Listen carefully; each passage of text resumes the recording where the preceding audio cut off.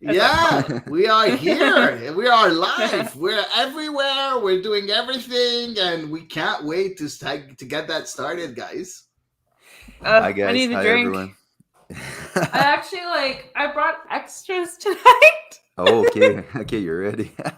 I'm ready. Oh wow.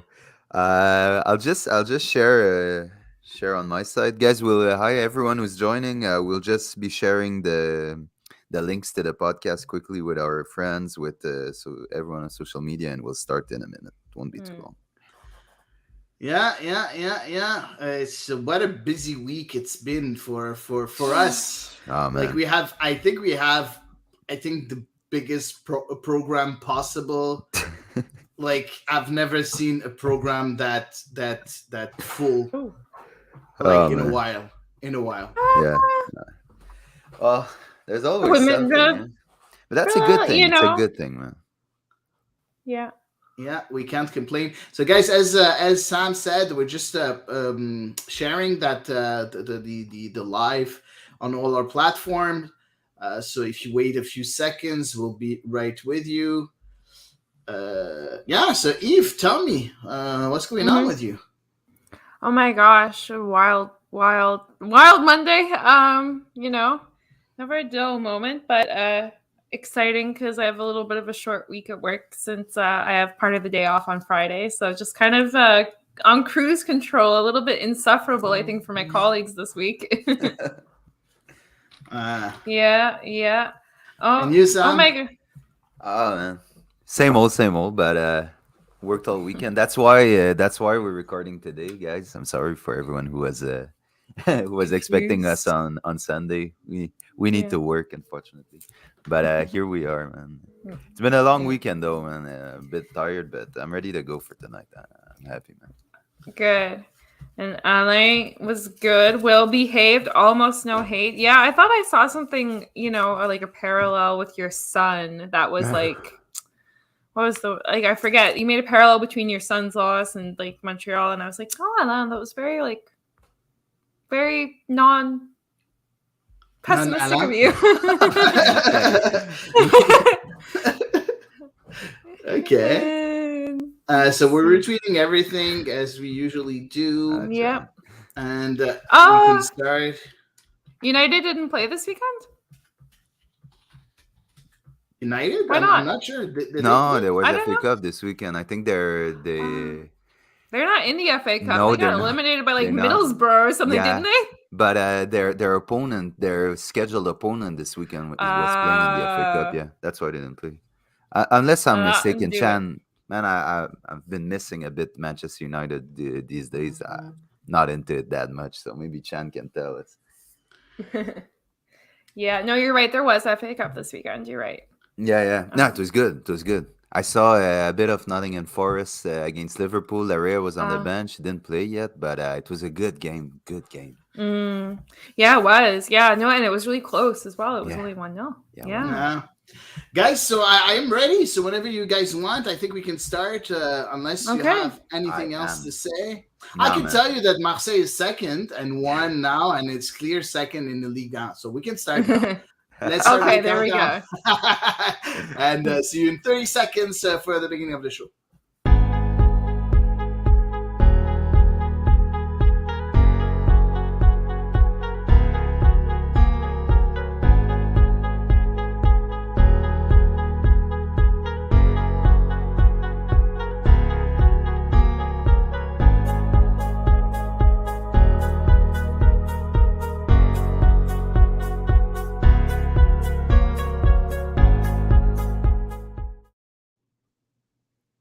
Hello, my friends. My name is Samuel Savvy, and this week on the show, 2 goals and a man up plus 85 minutes played, not enough to get Montreal its first win of the MLS season in Atlanta. The Champions League run comes to an end after a frustrating affair at the Big O against Cruz Azul. And John Herdman drops his list with surprise call-up Ismael Kone looking to pick up his first Canada cap. This and a lot more in episode 73 of The Ball is Round.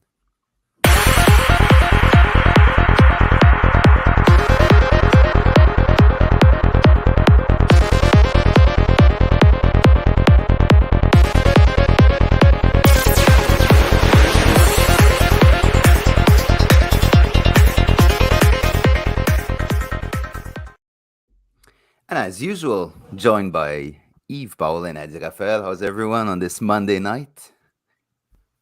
I'm doing okay, man. Yeah, I'm like hanging on. It's only Monday, but I'm hanging on. It's okay. That's God. Okay. Yeah, I think we all are. My son is sick, so I don't like that. So yeah, but looking at my football weekend, I'm kind of not more disappointed that I thought I would be more disappointed than what I am. So I'm very happy that I'm not that disappointed. It didn't start too well, eh? Yo, my footballing weekend started like crap. Yeah, but Wolves it blew was it fun 2-0 to see Marsh, eh? Yeah, I guess. Yeah. What happened?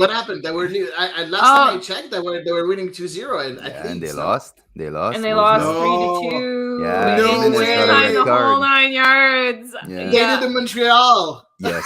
They did in Montreal. Yeah. And that's the thing is, at least I was pretty well prepared for it because I had lived through this scenario 50 million times before, and I would live through it again before the weekend was over. But before we get into this, we'll go a bit against our usual pattern at the Ballers On. Usually we start by the most recent game, which would be the Atlanta game. But I want us to start this. We just change things a bit, and we'll start with the Champions League game. 1-1 draw versus Cruz Azul at the Olympic Stadiums. Guys, we had predictions for this game. We all got them wrong. Hedy said 2-1 Montreal. I said 1-0, then penalties. And Yves, you said 0-2. Well, 2-0 Cruz Azul. Pretty much the same tactical formation as usual by Wilfried Nancy. A little change this week. Lassie Lapalainen starting at right wing back. Yeah. And we saw Torkelson at left wing back. So, guys, when you saw the 11 on Wednesday, what was your first thought? I feel like Lassie were trying to fit like a hexagonal maybe shaped peg into a round hole. Like it's not so bad as a square peg, but it's still not round. I feel like we're trying our damnedest to find a spot where poor Lassie fits. But you know what? I kind of liked what Wilfried Nancy did. He's trying stuff with what he has, right? He doesn't have much right now. And specifically at the wingbacks position, we know that Bassong is not doing the trick right now. Chouanière is injured. ZBG seems like he's in the doghouse. I don't know. I think he tried something else. We've always been saying here on The Ball Is Round, and everybody, I think, across social medias that Lassie Lapalainen doesn't know how to cross with the left foot. We'll come back on that a bit later. But he tried him on the right hand side. I think it was a bit better. I liked what he did. I like what he did, like in general. I think it was a better game for him on the right hand side than on the left hand side. But looking at the starting 11, what can Nancy do with that team? I like he's trying stuff like. Too many injuries, not enough quality. We said that earlier at the beginning of the season, but he's trying as much as he can. Yep. No, and the only thing I can say is there's still no true wing backs in the team, so he's still continuing to try to make wing backs happen with players who aren't necessarily formed in that position or haven't spent a lot of time. So they're like, maybe there's something more he could try. That's for sure. And, we could, I think last episode, we talked a lot about this, that do we continue with that formation? I think we got our answer. Well, we'll probably get our answer coming back from the international break. That's really when, because now you'll have the time to put to set up practices, to do video, to really maybe move a bit from that system if you think it's not working. But my bet would be that we just continue in that direction. Alain says, so Yves is the unlucky charm. Oh, yeah. Probably. Although there was like a really good span where I kept going to Stade Saputo and Montreal only won when I went. So, like, to be fair, at some points it worked really well. I don't know. Maybe a black cat crossed my path or something. I didn't notice it. So to go back a bit with what you said, is there?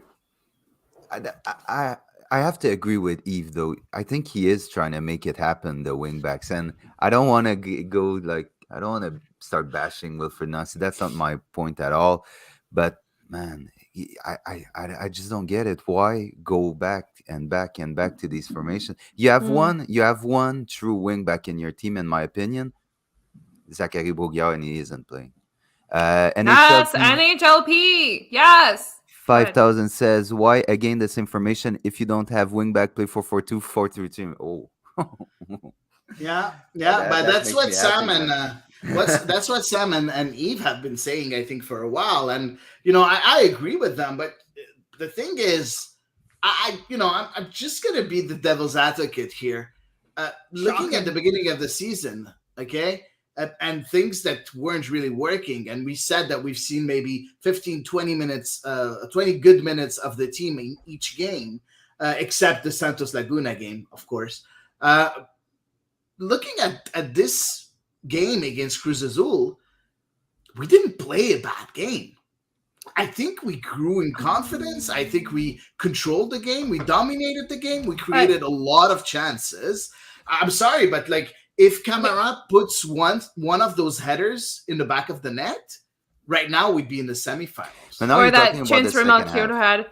And as well, it wasn't really 0-0 going into it. You know what I know on the 90 that it was, but Cruz Azul, they were playing on that crappy turf, and they obviously, didn't get a whole lot of time to get to know it, but they had a lead to protect. Their agenda was a little bit different going into We don't care. We don't care about their agenda. We dominated that game. Yeah, but that kind of explains maybe their setup, because they didn't set up that way in Mexico, Yeah, but if you look at their setup, and correct me if I'm wrong, Sam, and Yves too, of course. What they were doing, they were playing the long ball behind the defense, and they had their two strikers that are pretty fast that were just chasing those long balls. That was the tactical shape that we had for Cruz Azul. Now, it worked once with that cross, and we'll talk about it. I'm pretty sure we're going to talk about the goal a bit later. But the rest of the game, maybe it worked two times or three times, the goal and two other times. Montreal had 5, 6, if not 7 clear chances on goal. Mm-hmm. So, lack of finishing, again, is the one is what really, eliminated us. It's not really the tactical system, but the tactical system worked this time around. Well, to say it worked, I don't know. It wasn't a bad showing tactically, in my opinion. It wasn't an awesome one either. But you won't ever show off great tactics at the Big O, right?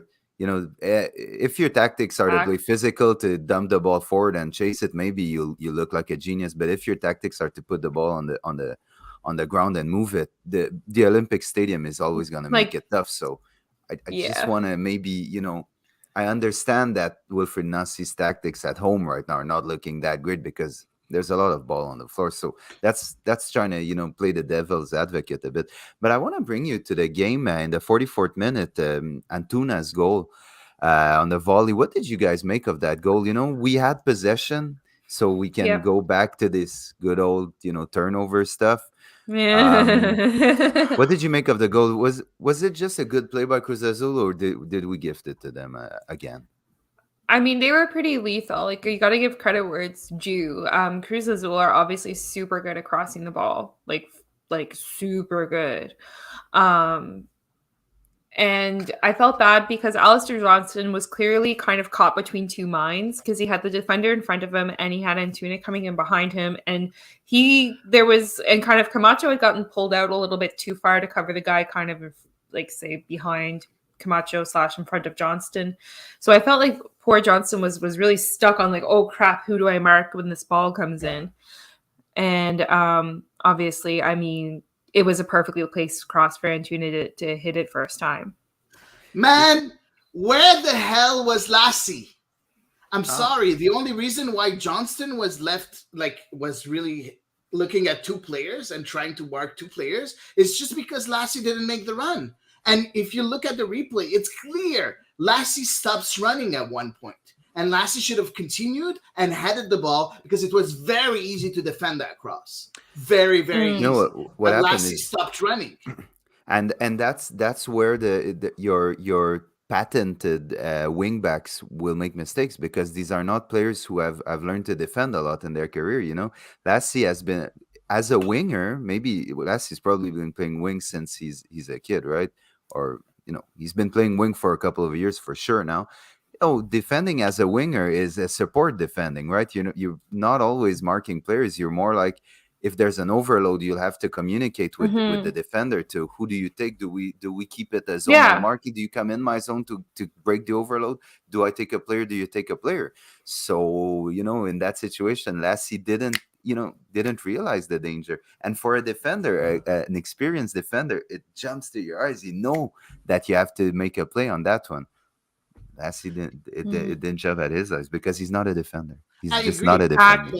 But you know what? And that's why I'm looking at Chan's comments here, saying Antuna's goal was a perfect volley golazo. Nothing much else to say. Our players can't do that even wide open. I don't really. Chan always puts a little more than. I love Chan. I like him too, sauce. But you know what? Antuna's goal was the volley was great, but the volley never should have happened if Lassie had continued his run. Yeah. It's as simple as that. So it's those mistakes that that Nancy always refers to. He always says, you know what, we made a mistake. And you know what? During the whole game, except that one or two chances that they had, during the whole game, we were dominating. And again, what if Camara had put one of those two headers? What if like it's not normal to miss so many chances. And if we had conceded that goal, I'm pretty sure if we were a bit more lethal up front, we'd have won 3-1. Because we had the chances. We had a lot of chances. Yeah. Guys, did you see how Cruz Azul were lining up when they were defending, when we were trying to overload the zone? I think it was their captain. He was playing very, very deep as a number 6, but he was even almost playing as a stopper back then. For the people who know these that position, it doesn't exist much in these days systems, but it would be a center back that would play almost man marking in front of a libero. Yeah, but there was the stopper playing in front of the sweeper. Yeah. And he was kind of playing that position, and it reminded me like, wow, these positions, these coaches still use these old school positions, and it was very effective because when a few times Camara, Kyoto, and I saw even Mihailovic were attacking very close to each other, like bunching up in the middle. He would be in there to break that overload, and that's what we didn't see much from Montreal, because yes, Wanyama was playing in his number 6 when we were defending, but if someone had played a bit deeper, that's where I think we were missing Piet a lot on that day. If someone would have been able to play a bit deeper, close to Wanyama might have slotted in that kind of stopper role when they needed. That could have been very useful on Antuna's goal, but I'll read Alain, who writes us, we keep talking about mistakes since 2017. How do we fix that? I mean, seems never ending. More staff, better staff. It can't be just that players can't. Yeah, but that's the general feeling these days. People are starting to turn against Wilfred Nancy. No, but by this point, as well, I mean, so many staff, so many coaches have come and gone that it can't be the staff anymore either. Wow, Eve, I agree with you, man. I agree with you. Let's celebrate. I think it's almost like a cultural thing in Montreal. Honest to God, yeah, but it's the same I'm at a loss for words. No, but you know what, Alain? For me, it is the players. When you're lacking quality, this is what happens. It's as simple as that. We said it. If you're lacking quality in the players, to me, that's not the players themselves. That's above the coaches. But right now, it comes from above, because looking at this squad. The squad is not, and we said it, I think quite a few times in the last 2-3 episodes. This team is not ready. It's not a complete squad. It's as simple as that. The squad is not complete. And as long as we don't have a complete squad, we cannot be a good team. Again, I'm looking at the tactics. Yes, maybe it wasn't really pretty in the first 3 games in MLS, but right on this game, I don't think the tactics were a problem because we were the better team. It's as simple as that. We'll just go back to the game, guys. In our preview, Jose was a really, really cool guest last week. He talked about... he's your BFF, your soulmate. No, I like your tactical soulmate. Yeah, true. But Waterman really impressed him, and I was a bit surprised, to be honest, when I saw the lineup and Waterman wasn't in it. Listen, he didn't have a great game in New York, but he still had a pretty... It wasn't horrible at all, and he had done very well in Mexico. So, I mean, now we're talking about, couldn't Waterman have missed in our defense a bit? Is that something that's possible, or not included? I mean, he was Jose's player of the match in Mexico. We loved him, man. Yeah, I remember.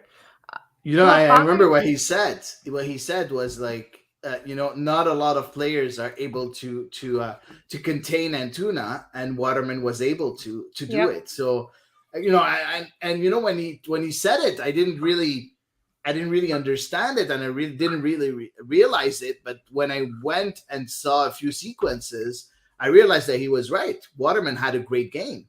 So I think we were missing Waterman. I think maybe that goal against that only goal of Cruz Azul maybe wouldn't have happened.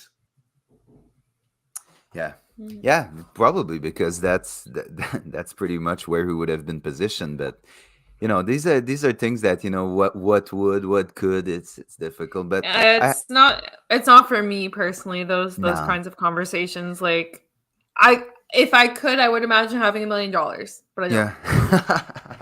Yeah. But so that's why, Eddie, when you say, if Camara had put his chances, if Kyoto had put his chances, I know you're right, man, but didn't. So. It didn't happen. You're looking again. We always have that same discussion. Okay, you're looking at it from a results point of view. What I'm looking at is what does Nancy need to do in the future, in the next few games, and does he have to change stuff? I don't think so, because chances are coming. Chances are here. It's just lack of quality. So what can you do if you're a coach like Wilfried Nancy? You can't do much. Right now, you just have to pray that your players finish their chances, because the chances are clear and obvious, and they should be at the back of the goal. But I'll say something, Hadi, it's been years. At what price these chances? Because if we pick up 1 or 2 good chances through build-up play, but we give away 5 or 6 very good chances for the opposition. We didn't. Not this time around. Yeah, no, not this time, right? But since the start and we'll of the talk year, about the next game. It's the same thing.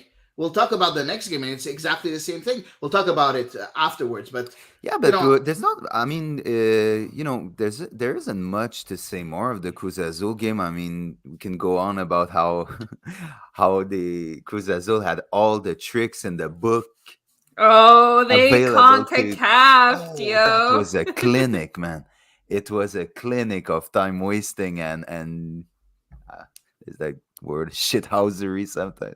Yes, that is a word, and I love it. That's one of my favorite words. It was Thank frustrating. You, Sam. It was frustrating to see a bit, but we can blame Cruz Azul. We can blame the refs, but the reality is we just weren't good enough to go through, I think, and that's what happened. I serious. No, man. You know what? You're right. You're right. We weren't good enough, but it's not because of Cruz Azul. We aren't good enough because we don't have enough talent.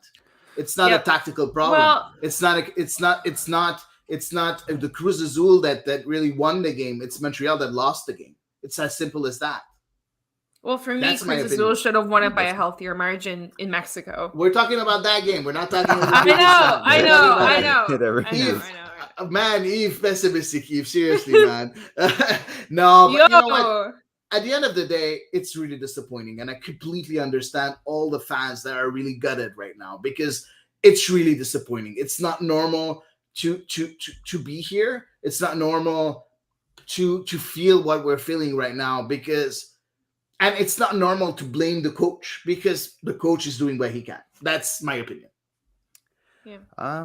You know, I don't want to go back in a big Wilfried Nancy debate, but what he can, really, is he doing the most he can? That's yeah. So running one tactical system and just putting players out of position in his tactical system, and I don't know. When man. are you gonna when are you gonna work on another tactical system? Yeah, okay. Preseason? Off season.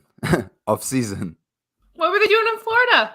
Exactly. Preseason? And you really think that preseason you can work on more than one tactical problem from scratch? Well, no. Hadi, listen. In the preseason, he worked on only one tactical system, and he tried a few ones. That's what you usually do. Yeah. And then during the season, whenever you have time, you work on your second tactical system and your third tactical system if you have players good enough. Most of the teams around the globe work on two tactical systems. Yeah, exactly. Yeah, I agree. But at first they start with one. And then as the season goes on, then they have time to work on the second one. Right now, he didn't have time. He was playing every three days. Yeah. No, but so much of this team played together last year. To me, that gives them a leg up to start moving on a second tactical system. I mean, so many of these players are carryovers from 2021. And we only saw one tactical system in 2021, really. And, let's go since Wilfried Nancy has been there.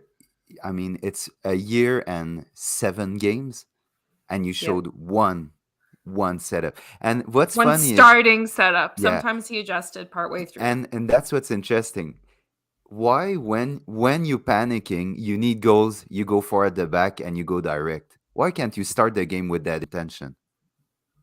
Why it's when it's panic mode that 4 at the back, play it direct up front, let's create chances? That's exactly what he did against Cruz Azul. Yes, it's exactly what he did against Cruz Azul. No, he played with the back three still, but he removed Kone that was next to him, next to Wanyama, and he entered Miljevic. So he played with one defensive midfielder and 2 offensive midfielders. That's what he did, but the back three was still the same. At the end of the game, Miller was the last 5 minutes. You're trying everything. You go gung ho and you do everything you can to hold the keeper. Exactly. That's what I don't understand. Why you see these changes only in panic mode? Why can't you just try them to start a game or to halftime adjustments? Why is it when it's panic time that you go for these approaches that have worked for other teams, other coaches in normal circumstances? This is what I don't understand. And that's why I always have a little doubt in my mind. But I'm not saying he's a bad coach. I mean, I agree with most of what you say, Adi. It's just why when it's time to panic, you go traditional. Why can't you go traditional at the start? That's my whole point, man. Okay, so I really like NHLP 5000's point here. He respectfully disagrees with us, or with most of us anyway. with some of us. You disagree. Not 100. So he said the coach got to use what he got. Yeah, and play a formation where he be using all the strength of his players, not expose their weaknesses. So I guess the question is, in this formation, say are the strongest players of Montreal at their strongest positions? And it's just kind of there's those few awkward players. No. Okay, sorry. Who are the strongest players in Montreal? You have Wanyama playing at his position, Mihailovic playing at his position. Even if sometimes he was playing as a false 9, I don't really like him being used like that. Mihailovic is playing as at his position. Kamal Miller is playing left center back. That's his position. Camacho is playing at the heart of the 3-man defense. It's his position. Johnston usually plays as a right center back. Yes, I agree that sometimes now he's playing as a right wing back, and I don't like him there. So that I can agree. Kone is playing at his right position. Who's not playing at his right position? Lapalainen? There's nobody as a left wing back. So what can you do? But I think that's his point in saying, if these players can't play these positions, you can't play that tactical system. Okay. But What position? What position? Okay, what tactical? Okay, I'm gonna ask you a question. What tactical position? What tactical formation is the best for the squad that we have? Let's start with Eve because she hasn't talked for a while. So, what tactical, formation do you see with the players that we have could bring us better results than what we're having right now? I don't see any tactical formation that's better. I don't.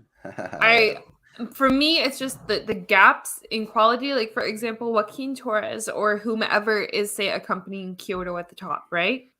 I don't really know who is a good complementary second striker for him. And obviously that is concerning when the team is really struggling to score goals from open play. And as well, when it comes to the wingback positions, I mean, those are flagrant weak spots. And so for me, I agree that probably in this formation, the strongest players overall, like the highest quality players, are generally speaking in their best positions. But it's just so bad. It's like the weak spots are just flagrant and they stick out like a sore thumb. And for me, it almost feels like Montreal is sometimes playing 11 versus 10 to start a game. Eve, you're very intelligent. You didn't answer my question, but you know what? I'll take it. I'll take it. You don't want to answer the question. It's okay. If you don't want to answer the question, it's okay. We know the weaknesses on this tactical formation. I think everybody knows them. Okay, but what can you do? What Sam, please give me an answer. Do you see it a better tactical disposition for this squad? Yeah. I'd like to see at least a try of 4-1-4-1 or 4-2-3-1 at some point. I know plays now as left back? Yeah, I prepared my answer, Eddie. I knew you were coming with that. See, until you find a proper bullshitted. Until you find a proper left back, Kamal Miller can play there. And the good thing with a back four is that Alistair Johnston is not a wing back, but he can play more in a flat, in a full back, in a full back role. I agree. So then that's what he played with Nashville most of the time. Exactly. Lassie can play on the left wing. I think he starts on the left wing in our team. He's good enough to start on the left. Kyoto up front, and you have a right winger, or even you can try to put Kyoto back at his wing position. I'm not convinced. I'd like to see him start up front. And in midfield, I mean, you're starting to be stacked in center midfield, man. You know what? I kind of understand your point of view, but look at the key players in our squad.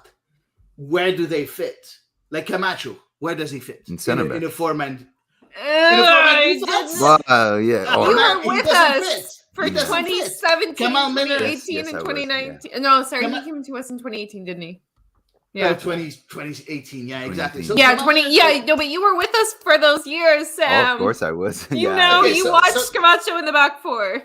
So in the back four, Camacho doesn't fit. Kamal Miller doesn't play in his best position, and we've been talking. NHLP 5000 is talking about playing the right players in the right positions. Kamal Miller wouldn't be in his right position. He would be playing as a left back, where he is clearly great as a left center back.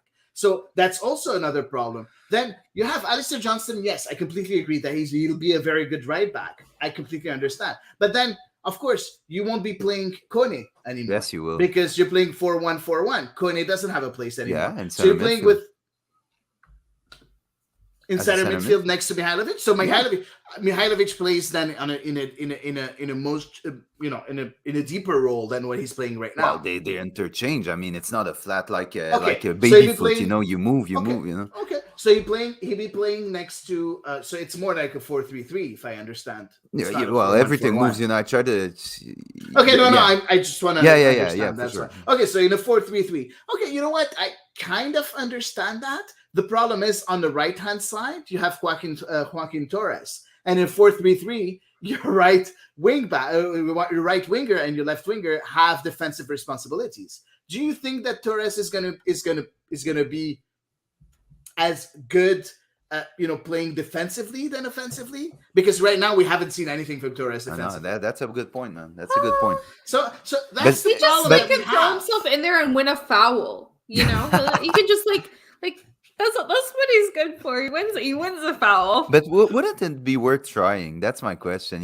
Would it work? Maybe not. But I think we're at a point where you have to try, man. You have to try. I think we're at a point. It's so predictable.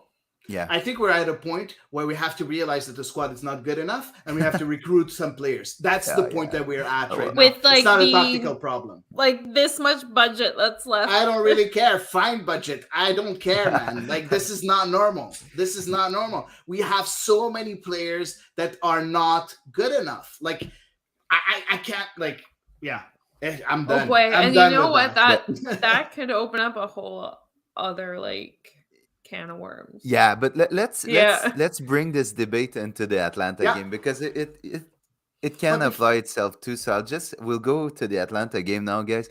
Wait 1 sec. How do you well, just one point, guys. I just want to ask you, because first of all, I want to say I want to really give some shout out to Jose Luis that was here last week again. Love him, because he talked about Pumas being able to come back from a 3-0 from a 3-0 deficit against New England, and they did that. So I you know what, I didn't think it was possible, but they did it. So yeah, nice thing. He predicted that. He said they can do that, and they did. So it's hard. It's tough to see again MLS teams failing when they have the upper hand, failing to qualify and to eliminate some Liga MX teams. Yeah.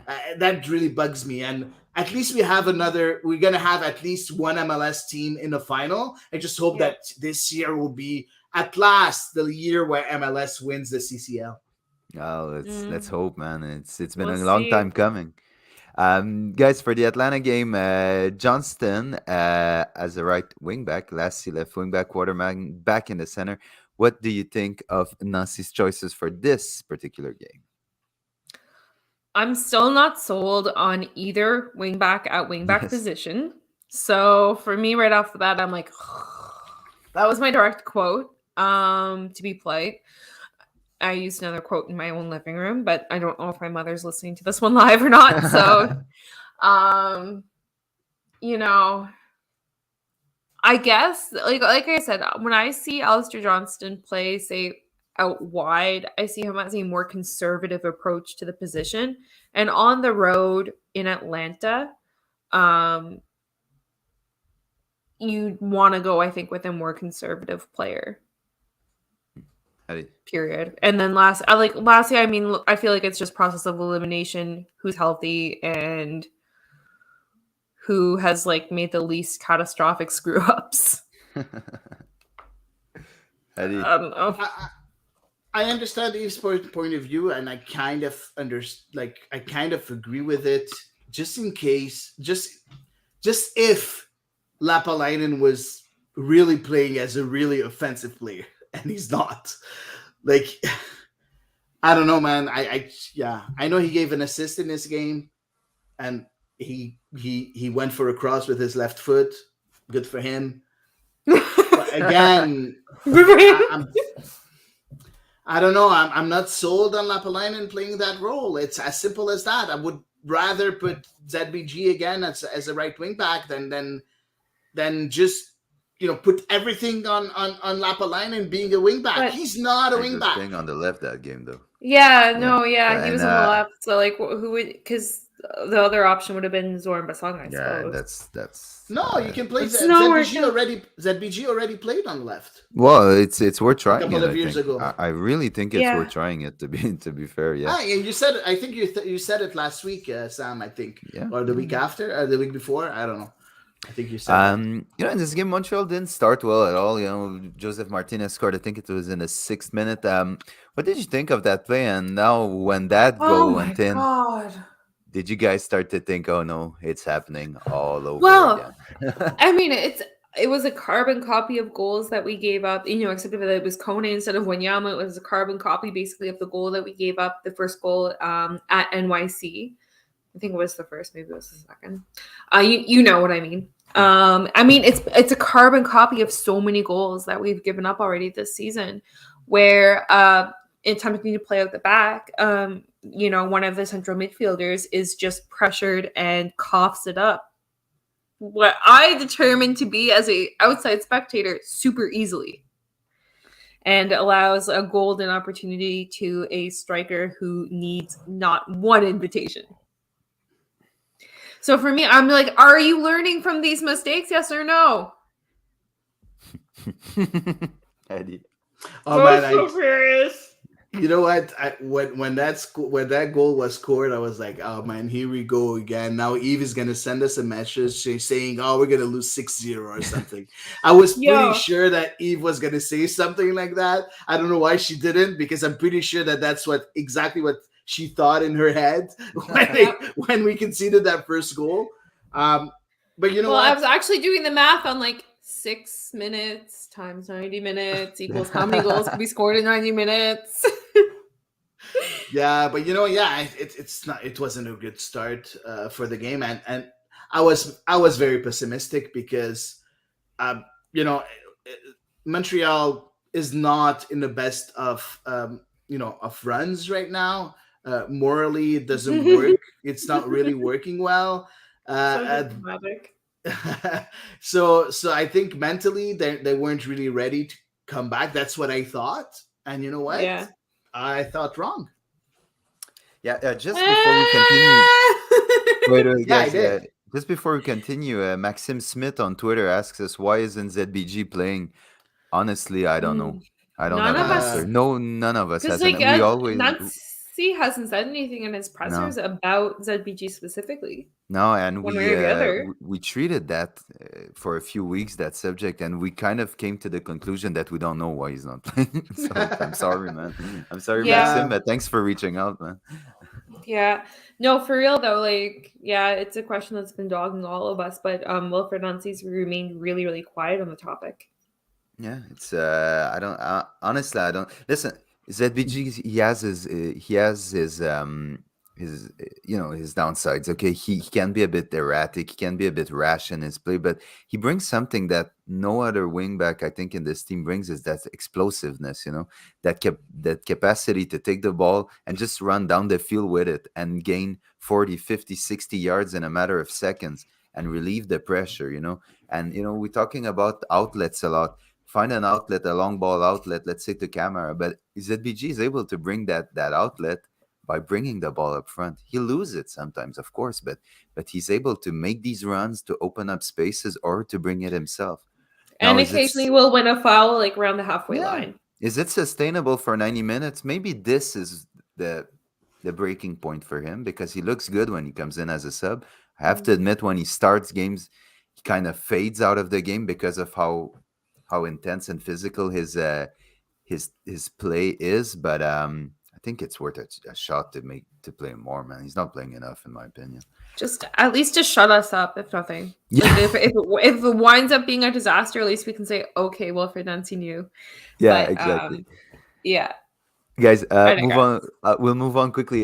Kone, well, he created the turnover for Martinez's goal, but redemption, an excellent pass to Mihailovic.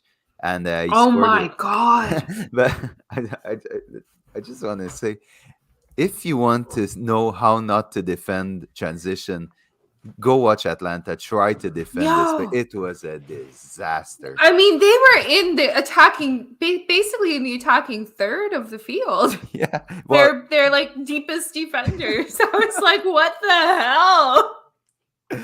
Oh man, and Guzan, people were laughing at Guzan, but what could he do?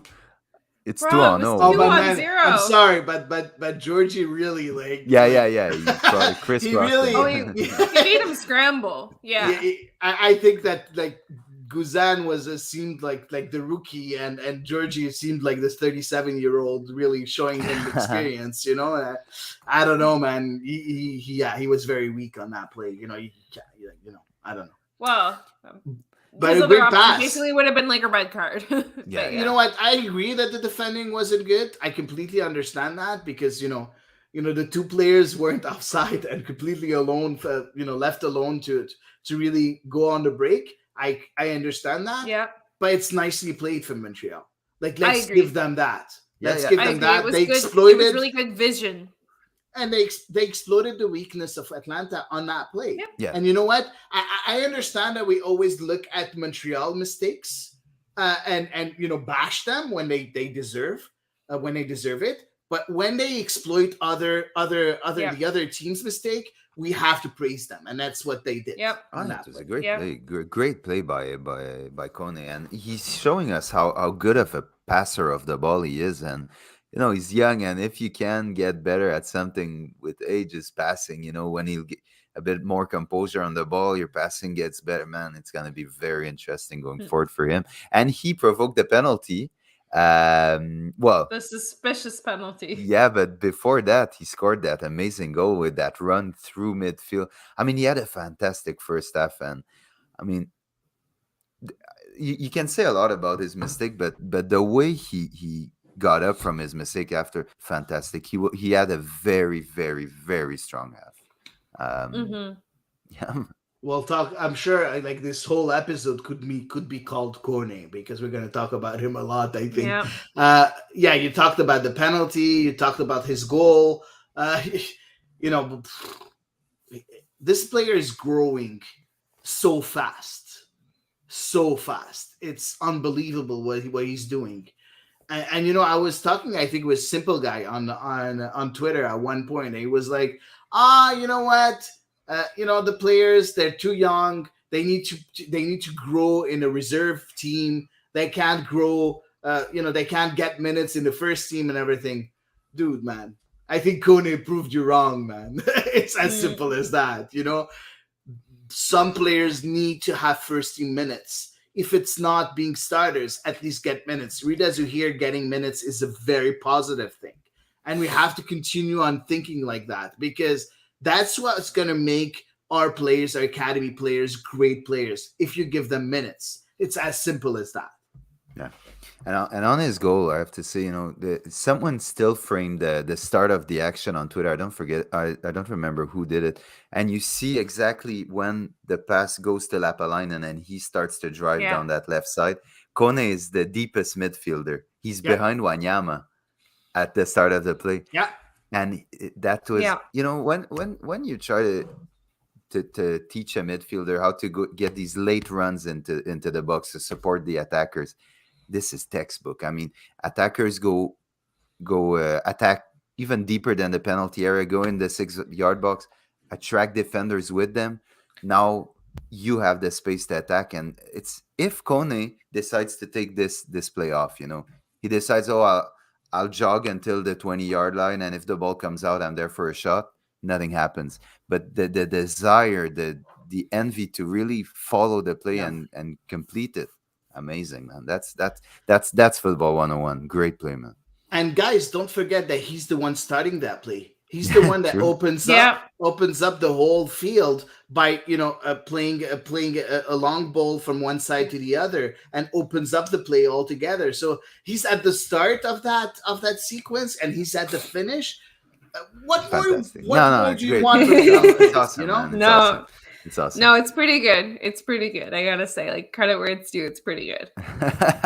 And Chris Penso gave us, for once, a little penalty, a little gift, a little present, a little present with a dubious penalty, but we'll take them. I still think that when you do challenge a player, when you can, when you're running behind a player and you can see his studs. Don't challenge. Don't put your arm forward. No, don't do anything. Just you lost him, man. And Kone, that was a smart play. Felt the contact, and people could say it's a bit over exaggerating, sold, but I mean, he got us a goal. Oh man, we'll take it, right? It's the game. It is the game. I completely agree. Like, I would be livid if a penalty like that went against Montreal. But you would understand it. Yeah, I would. I would say, well, yes. I would say like, don't it's a give the contact chance. sport. Don't give the chance to the referee to make a decision. That's what I heard it a lot when you were, when I was younger. Coaches said if you give the opportunity to the ref to make a decision, he might blow a penalty and you'll be in trouble. So I mean, did well, Kone, on that. Moving on, guys. At halftime, Gonzalo Pineda, Atlanta coach, made 3 changes that were spot on, with Campbell replacing Franco in the backline, Mulroney coming in for Hernandez, and Almada coming in for Wolf. Then our good friend Dom Dwyer came in the 64th minute and saw red in the 67th. I'm pretty sure, guys. I'm pretty sure you're very happy to see Dom Dwyer make the walk, but Any also day of the week. Oh yeah, on my birthday I'd be happy. And I mean, you must have thought that this game was in the pocket, right? Oh yeah. No, because I've watched Montreal play. I would never think this game is done and dusted. Eve, can you stop jinxing us with your tweets, please? I know, excuse you, it's you. I didn't tweet anything. You're the one. Oh, be careful. 3-1. We thought that. And I'm like, man, Eve, don't do that. Don't do that, man. You don't want us to be celebrating at 3-1. Just don't jinx us at 3-1 either. Okay? Do we have a deal? Excuse me, I believe you have previously commented many times. Montreal's got this. And I was stopped. Like, so mean about it. I stopped doing that. So stop doing that too. Okay, no, to be fair, I would have been more vociferous if it were 2-0, because 2-0 is the most dangerous lead. Yeah, to go lead, yeah, for real. I just want to go back on Gonzalo Pineda, great player back then when he was with the Mexican national team, defensive midfielder that was really, really, really good. The changes that he made, I think we're going to talk, of course, about the mistakes of Montreal for sure. But I think that the changes that he made really turned the tide completely because those players, Campbell was so good as a center back for Franco. Mulroney just added that energy that they needed, and Almada added the quality. When we talked about quality in the squad, the quality missing in the squad, Almada is the most expensive transfer in MLS history, and he showed why he's the most expensive player in MLS history. That goal was exquisite. Yeah, and we'll get to it, guys. In the 79th minute, Nasi made a triple change. Zur Miljevic and Torkelson coming in. And at that moment, a lot of people on Twitter are blaming the remontada on this decision. Do you guys agree? Well, okay. I agree in taking off, for example, Lepalainen and Kone, who had picked up cards, because Chris Penso was just giving them off. He loves a yellow card, so I agreed in taking them off for sure. I definitely I would have taken them off a little earlier, to be quite honest with you. But Miljevic, we know, doesn't really have a defensive bone in his body, and Georgi Mihailovic is like an extremely competitive player. And I think he would probably use his teeth to stop something, maybe. If it meant he could claim a win. So for me, I wasn't super thrilled by that change. However, knowing that there had been a previous 90 minutes in the week, I was like, okay, well. Thorkelson, obviously, we haven't seen a whole lot from him overall, so couldn't do worse than Lassie, though, on the defensive front. And Rita Zuhir, I mean, I feel like Rita Zuhir is a slightly more conservative player than Ismail Kone. Overall, as far as his approach to the game, I feel like he's more of a true 8, or closer to a true 8. Yeah. So, I mean, the only thing is I could see, not doing it as a triple sub, maybe. But I don't agree with I don't disagree with taking any of the players off who were taken off, with the exception of Mihailovic, unless he was feeling something. Eve, I'm gonna go to the casino tonight because I agree with you. So it's too much. Don't see that often. Most of the exactly. It's disgusting. No, it's funny. It's funny, not disgusting. No, but yeah, I don't know how we can blame Nasi. You talked about the yellow cards, but don't forget also that the players that went out, I think Mihailovic, for instance. Oh yeah, they played a lot. Man, the guy was done. Yes. He couldn't run. He couldn't run anymore. He wasn't able to be as good as he was. So I don't know if he would have made that extra run with his teeth because he was done. Well, and he would have just laid down in front of the goal. Sebastian Breza could have just stood on top of his body. Maybe. I'm pretty sure. Maybe. So I don't know why people are blaming Nancy for those changes. For me, they were logical changes at that moment. And I know, Eve, you're not gonna like what I'm gonna say, but you're at the 79th minute. You're leading 3-1. The other team has a red card. If it's not now to make a change for the tired players, when will it be? Oh, right? No, I agree with you. Man. I agree with you. I don't disagree at all. Wow. If anything, I would maybe, like I said, the only thing I could see is like maybe don't do a triple sub because maybe that shook things up too much. Yeah, and you know what I mean? HLP 5000 agrees with you with the timing of the changes, and I don't know. I don't think it's a problem, but maybe it is. I didn't really. I don't think it should be a problem. I don't think it should be exactly. No, exactly. I think it shouldn't be one, but it kind of became one as the game went on, and a few minutes later, after Almada's goal, Camacho made an error pretty far from goal, and the resulting free kick by Brooks Lennon found its way in the back of the net. Suddenly, it was 3-3. Now this goal has had, everyone has been talking about it, but most importantly, and this was subject to a lot of discussions, is what happened after, because there was a great camera shot behind the net, seeing the reaction of the players. Oh, that wasn't pretty. But let's start that was spicy. Yeah, let's start with the goal. The free kick was, 27, 28 yards out, maybe? Sure. Maybe 30 to be round number. Yeah, maybe even 30 yards out. Yeah, I think more than 30 even. 30 to 35. So that's far, man. That's far. Yeah, that was very far. Very far. It was a well-struck free kick, but, man. Well, it was on target. It was on target. It was hitting the net, yeah, exactly. And you know what? I've seen a lot of people blaming the wall and Kyoto not being... Like, I don't care. Breza is how tall again? 6'5". No. He's 6'5". Breza is 6'5". It's very far.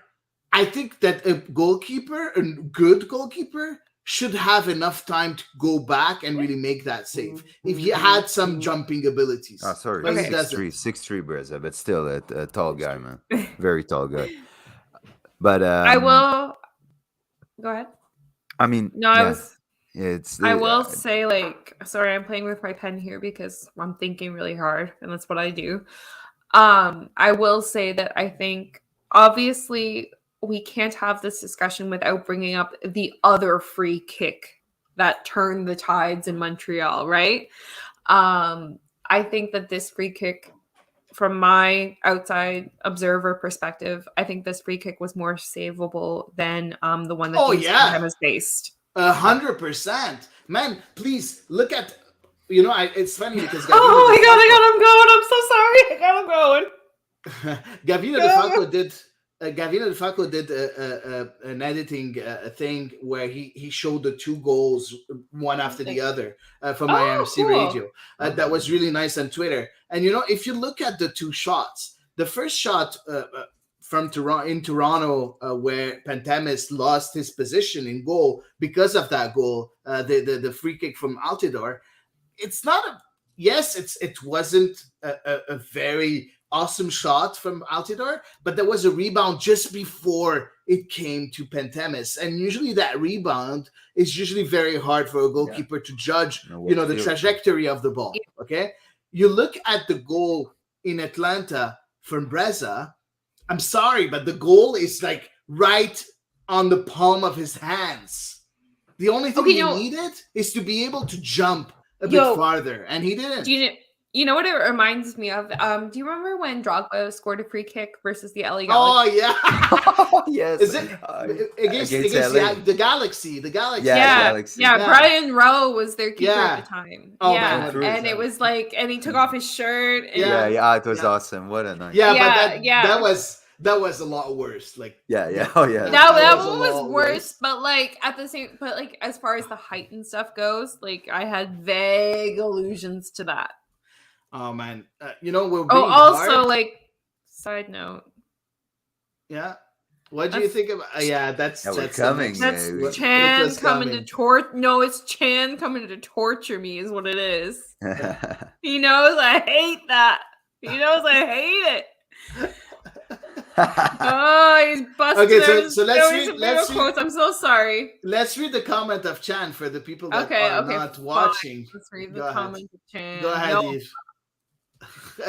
Chan says, what do you guys think about Breza yelling to the other players after the third goal? We're going to talk about it a bit later. But then the interesting part that really annoys Eve is afterwards, our fans deserve better. Changes will be coming, guaranteed. So that's, again, refers to Joey Saputo's tweet in 2014. And that he hates. So I think Chan forgets that I know exactly where he's going to be on Sunday afternoon. He's gonna watch out, Chan. He's gonna be next to me. Exactly.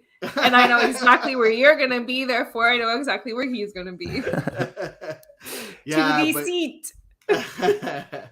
No, but do you want to talk about the reaction of Breza and I think afterwards? Are we there? I think we are. Yeah, why not? Let's go ahead, man.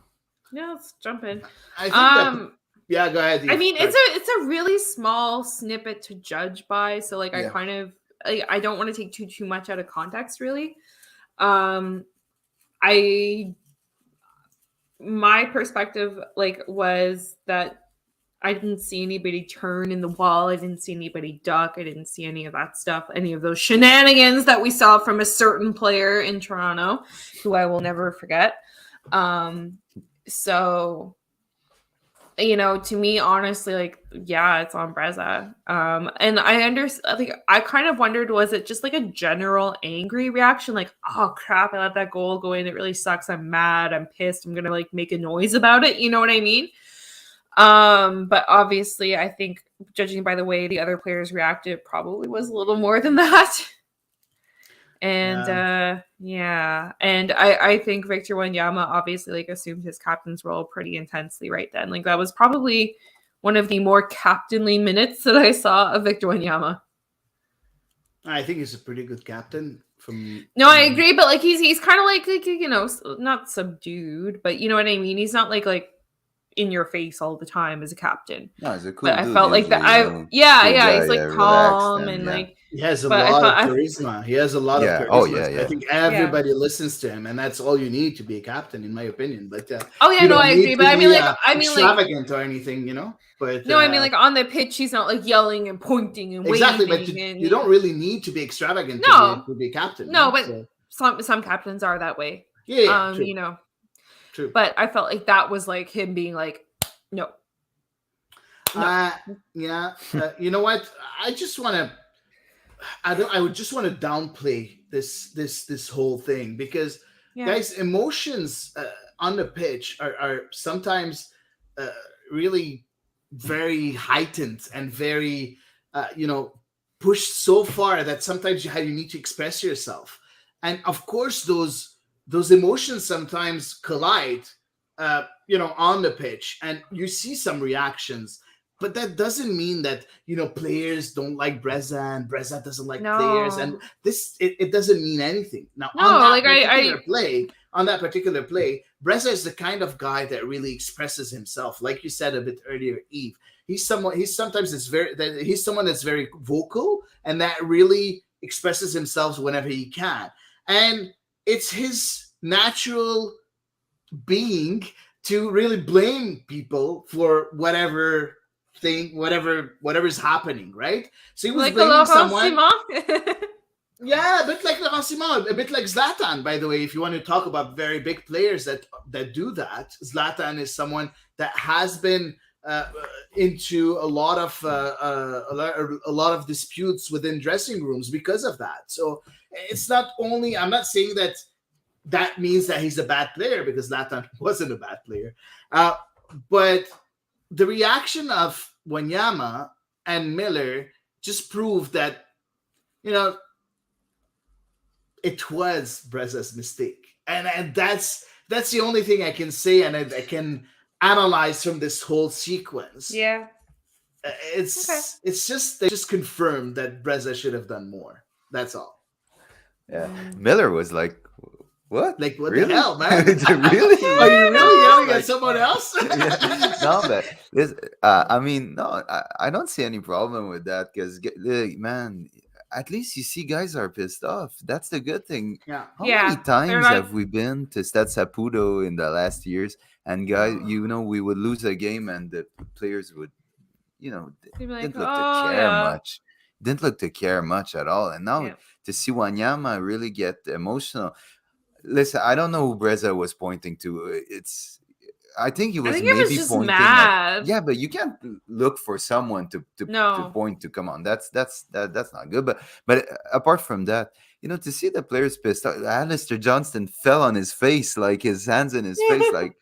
I mean, it's a good thing. It means players are committed. Players want that, and it's not going their way. So, of course, you're emotional, and that's a good thing, because if they went to work like most of people in society who do 8 to 5, who just like stroll through work. Are you calling me out? No, I'm not calling out anyone. But I mean, not a lot of people have jobs that you have such an emotional connection to your job, Big time. Like you can go from joy to frustration in such a short period. So these guys are just letting it out, and it's good for me. It shows that they're committed, and I'm pretty sure they talked it out and it was done. It's easy. It's fun. It creates a debate. It gives people a lot of things to talk. But I mean, it's not much.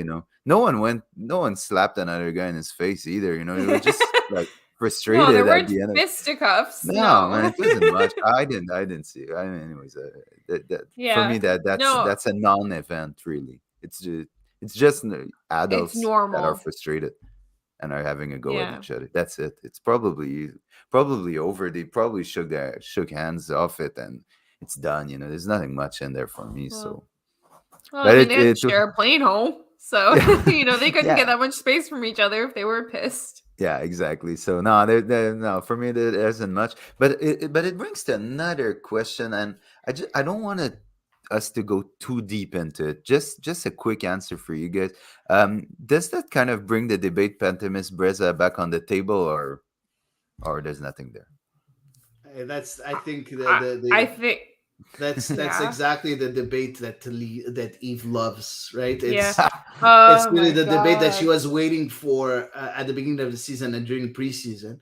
Well, no, I knew it was coming, but yeah, I feel like this particular incident, we can draw a lot of parallels to a certain other free kick that went in against a certain other goalkeeper. So yeah, for me, this does revive the debate. Do I want to engage in the debate right this minute? No, but I think it does. No debate for the coaching staff. It revives the debate.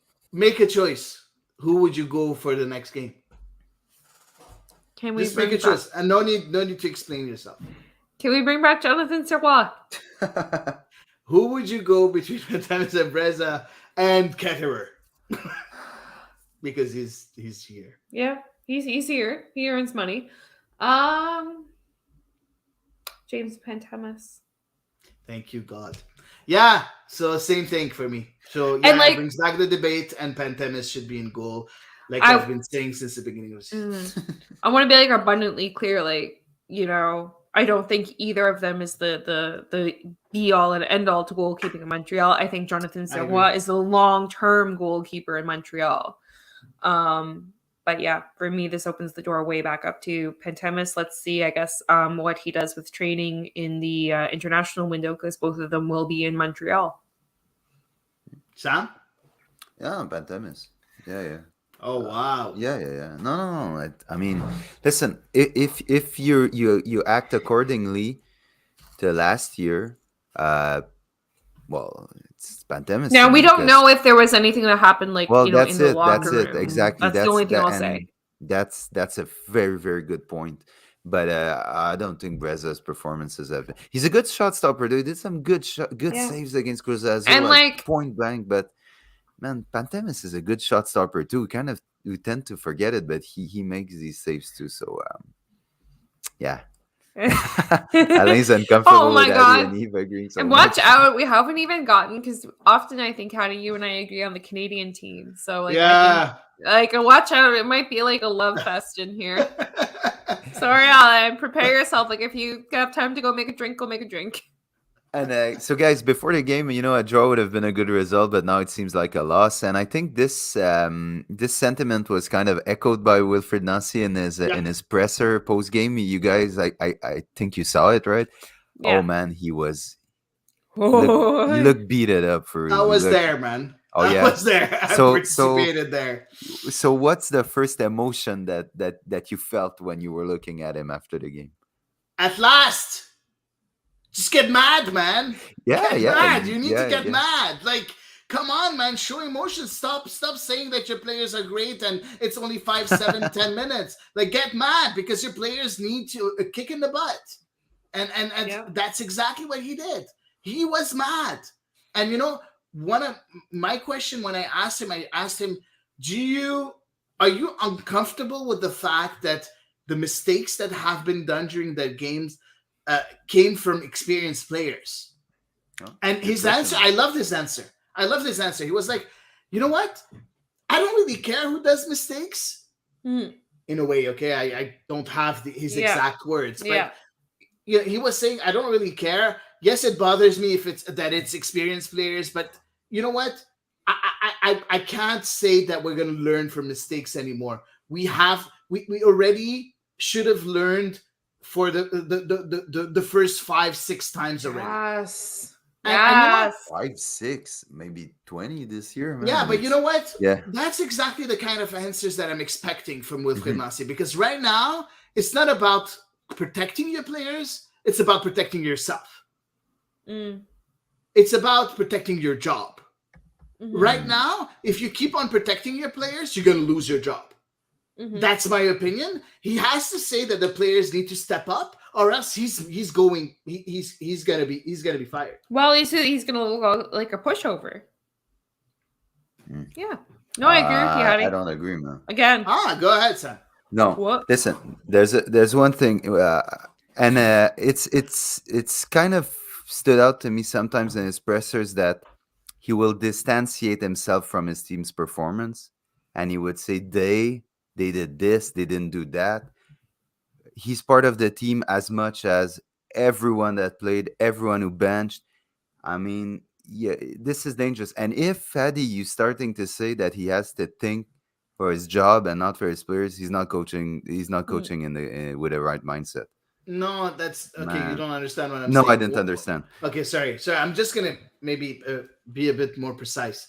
What I mean is, if you keep saying the same stuff and your players aren't responding to the same stuff that you're saying, then you're not doing your job. So by changing the narrative, you're protecting your job because you're showing that you can do something else, and you're showing your players that at one point I'm going to stop protecting you because you need to move.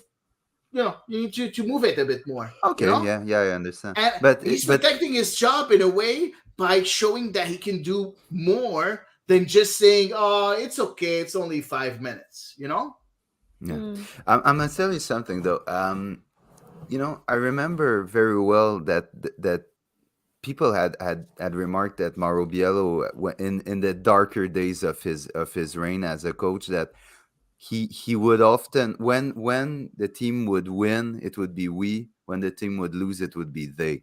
And this is a common thing that coaches do. It really is. But man, they have to be careful because that's a good way to get your dressing room mad. And Nancy doesn't do that. He always says they, even when they win. He always says they. So why would you disconnect yourself from your team's performance? Is it just a grammatical choice? Man, it's more no. Well, it's not. I don't think it's a good thing. I think you're coaching the team. You're you're cooking for the team. Whatever you do, your role is in the team. You're part of the team because if you win, you win. If you lose, you lose. That's it, man. So you don't take a step back from the performance and say, man, this is not. They didn't do the plan. They made mistakes. You made if they made mistakes, you made a mistake too, man. That's how I see it, and that's a good way to keep your players close to you, because when you're gonna sit, and it can open another debate, like, do you need to have a microphone in your face 20 minutes after you lost a game and you're pissed off? Oh man, no, we're not gonna go into No, that. It's so I part of the understand game, man. Yeah, It's part of okay. the game, man. That's why you get the big bucks. It's just because you have that kind of pressure. It's as simple as that. Sure, okay, but man, for me, you cannot distantiate yourself from your team's performance ever. You lost, you won, because at the end of the year, if you win the trophy, they didn't win the trophy. You won it too. And if you finish last, they didn't finish last. You finished last too. So that's it, man. I'm not with this thing about, you have to think about yourself. There's a nah, man. It's all together. But I get what you say too, Eddie. If the narrative isn't working in one way, you have to try to change it. But man, you have to be careful. You have to be careful, because there's a lot of psychology in 2022 and in coaching. And if you don't mind, we have a couple of comments I think that are very interesting, and then goes with our program too. The first one I'm going to start with, again, NHLP 5000. He says if he just throws a player under the bus because he wants to protect himself, he's going to lose the player. I don't really agree with that, because he threw Pentemis under the bus. Well, Waterman too, and he's still here, and Waterman too. You're right. Waterman. But too, most coaches, so if you don't have your players back, I agree. But enough of them. Sometimes if you don't do it like systematically, it's okay. If you do it once in a while, just to again motivate them, or just tell them that it's not really working. Sometimes it can help, but some players need that criticism to move but do you forward. need to go to the media for that? There's your office that you have. There's practice. There's video. There's The Office. I love The Office. in a week, there's so much time in a season to address these things. Why do you need to go to the media for that? That's what I don't like. Because theoretically, you've already said it in private, no? Well, exactly. So why does it have to go out? Because it's not the working message wasn't private. heard. I don't know. I mean, I'm not. Baloo. Remember Baloo last year? He said it in private how many times? Baloo, and then he said it in the media, and nothing happened. Like 3 years ago, 5 years ago. Exactly. That's a good point. Exactly. No, you're right. You're right for that, Eddie, man. For real. Yeah. Okay. Now let's move on with our question, with our program, before we move on to the second comment. I think that's very interesting. When he was asked during the presser about the last goal, he said he can't blame Breza because he hasn't seen the replay. When last year, he wasn't really as nice with Pentemis. Yeah. So what do you think about that, guys? I like, a big part of me has to wonder if in those like 15 or 20 minutes, whatever it was, between the end of the game and the conference, something happened, because seriously, like, it seemed like night and day. Pentemis and Nancy, or Pentemis in the dressing room that got to Nancy, whatever. I don't know. Yeah, I don't know. Like, you know what I mean? It just seemed like so intense and abrupt, like that particular moment. Maybe he learned. Yeah, and maybe he learned not to be quite as reactionary. Yeah, maybe. It's interesting. Sam Alain agrees with you, and he likes full accountability from the coach. So that's something else. And the last comment, and I think I love it, from Tamiz, a friend of the show. He's been there. We see him every episode. Thanks for following us, man. He asks, how much more time should Nancy have to turn it around? Ooh, one of my tweets for social media, like, kind of ties in with that one. Okay. So do we Okay. wait? So we We'll, can we'll wait. wait. Yeah, we'll wait. So Tammy's, hang on, man. So We'll we be go- there for. you We'll be and Hang there. on, Sven. we'll answer your question. We'll answer your question a bit later, Tammy. So please stay with us. So yeah, those are the comments I wanted to. Was there anything else that stood out at the press conference, Eddie, or this was pretty much it, man? Um, yeah, this was pretty much it. I think we said, the most interesting stuff. Georgie said in a press conference that they had to look at themselves in the mirror and stuff. Yeah, but he That's also good said old that when classic, he was asked if he thought that the team was in control when he was substituted, and he was like, "Yeah, of course, I thought that we were in control." So that's one thing. And I asked a question to Kamal Miller afterwards, and I was like, your coach is saying that that you need to learn from. We can't talk about learning from your mistakes anymore. You should have learned that already. And his answer was like, "Yeah, the coach is right." And he was so frustrated. Like I felt like so much frustration when he was answering. I wanted to create a reaction just to let him know that the coach at one point we have to stop making those mistakes. And he was very, very, very sad when I asked him that. But that's the only things that I remember from the presser. That Cool. Yeah. So that's pretty much it for CF Montreal. I'm sure that in social media there's gonna be a bit more talk about this. So hang on, guys, if you want some more. Social media is coming. Just a quick news to note: Karifa Yao signed an extension to his contract that will bring him through 2024. It was an option that he picked up himself, and he was loaned immediately along with Jean-Aniel Assis to Cavalry in the CPL. So Karifa Yao, I'm happy too, man. I want to see him play.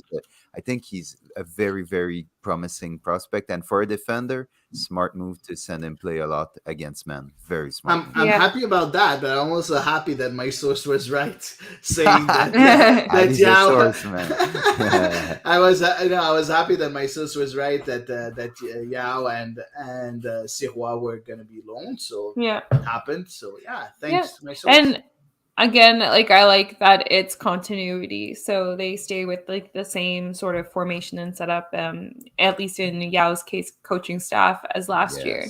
Yes. So I like that as well, that they get some continuity in their experience, and as well, Jean-Daniel, he's so young. I'm like, oh my god, can you send a little kid up? I know, but I'm like, oh, it's so young to send out. and for Yao, it's cool because it's a great environment for him. He's loved over there.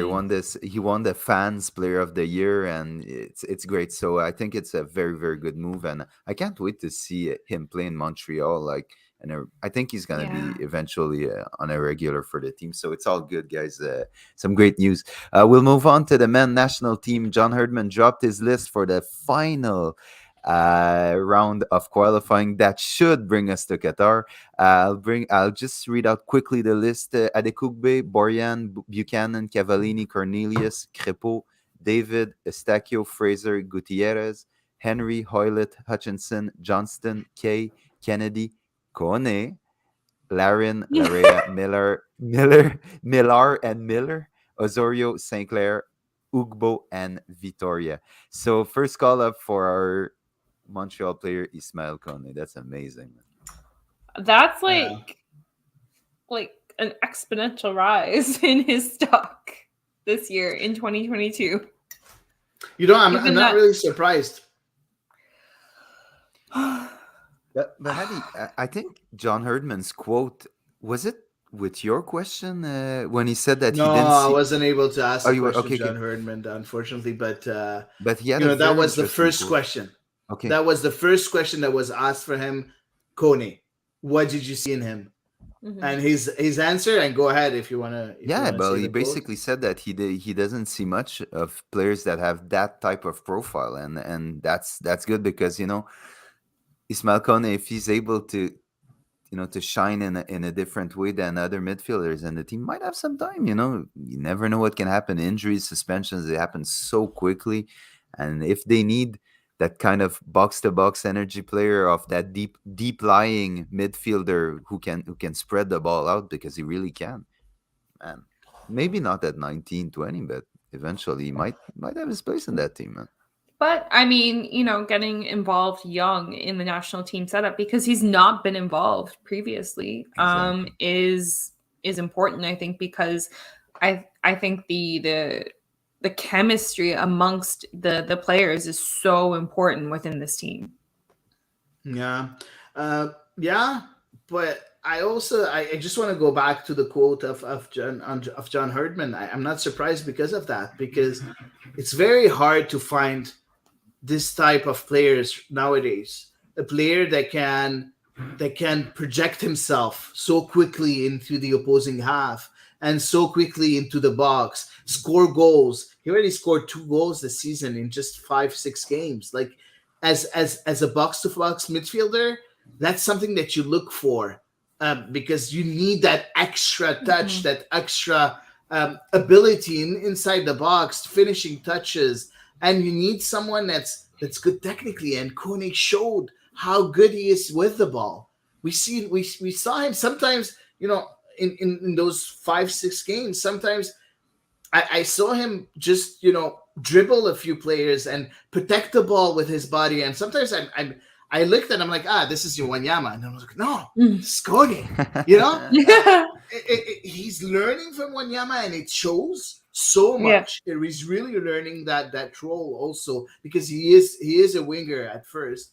But I understand John Herdman, because look at all the midfielders that we have with the Canadian national team setup. Steven Eustáquio is not that kind of player. Atiba Hutchinson is not that kind of player. Marc-Anthony Kaye is not that kind of player. Samuel Piette is not that kind of player. So maybe the player, and they're really not the same, but that looks at maybe Jonathan Osorio-ish with a lot of his capacity to join the attack in a second wave. That's more, but I would say. But he can't play that deep because he doesn't know how to defend us. No, exactly. I would say like the closer would even be Scott Arfield, who's obviously no longer with the team. Yeah, I agree. That's good. No, I agree. You're right. He's a bit more offensive, Arfield. Yeah, no. Yeah, but I agree. But we also saw him like in his later years. Maybe if with the energy of a 19-year-old, he would have tracked back as much. Yeah, we have floated forward. We have a couple of questions from Tamis first. Let's go. Will Herdman be able to teach Kone to limit the giveaways?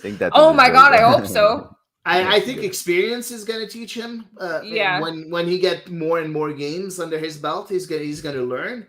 He's young, guys. He's 19. Okay, so he's going to give some giveaways, and it's not a problem. I think we can live with it if he's able to give an assist and create a penalty and score a goal. I'll take the giveaways, man. I'll take them. Anyways, you need to make these mistakes to learn. So exactly, that's the growing pains of a young player, and in the tough position midfield, man. It's a 360 really position. Tough.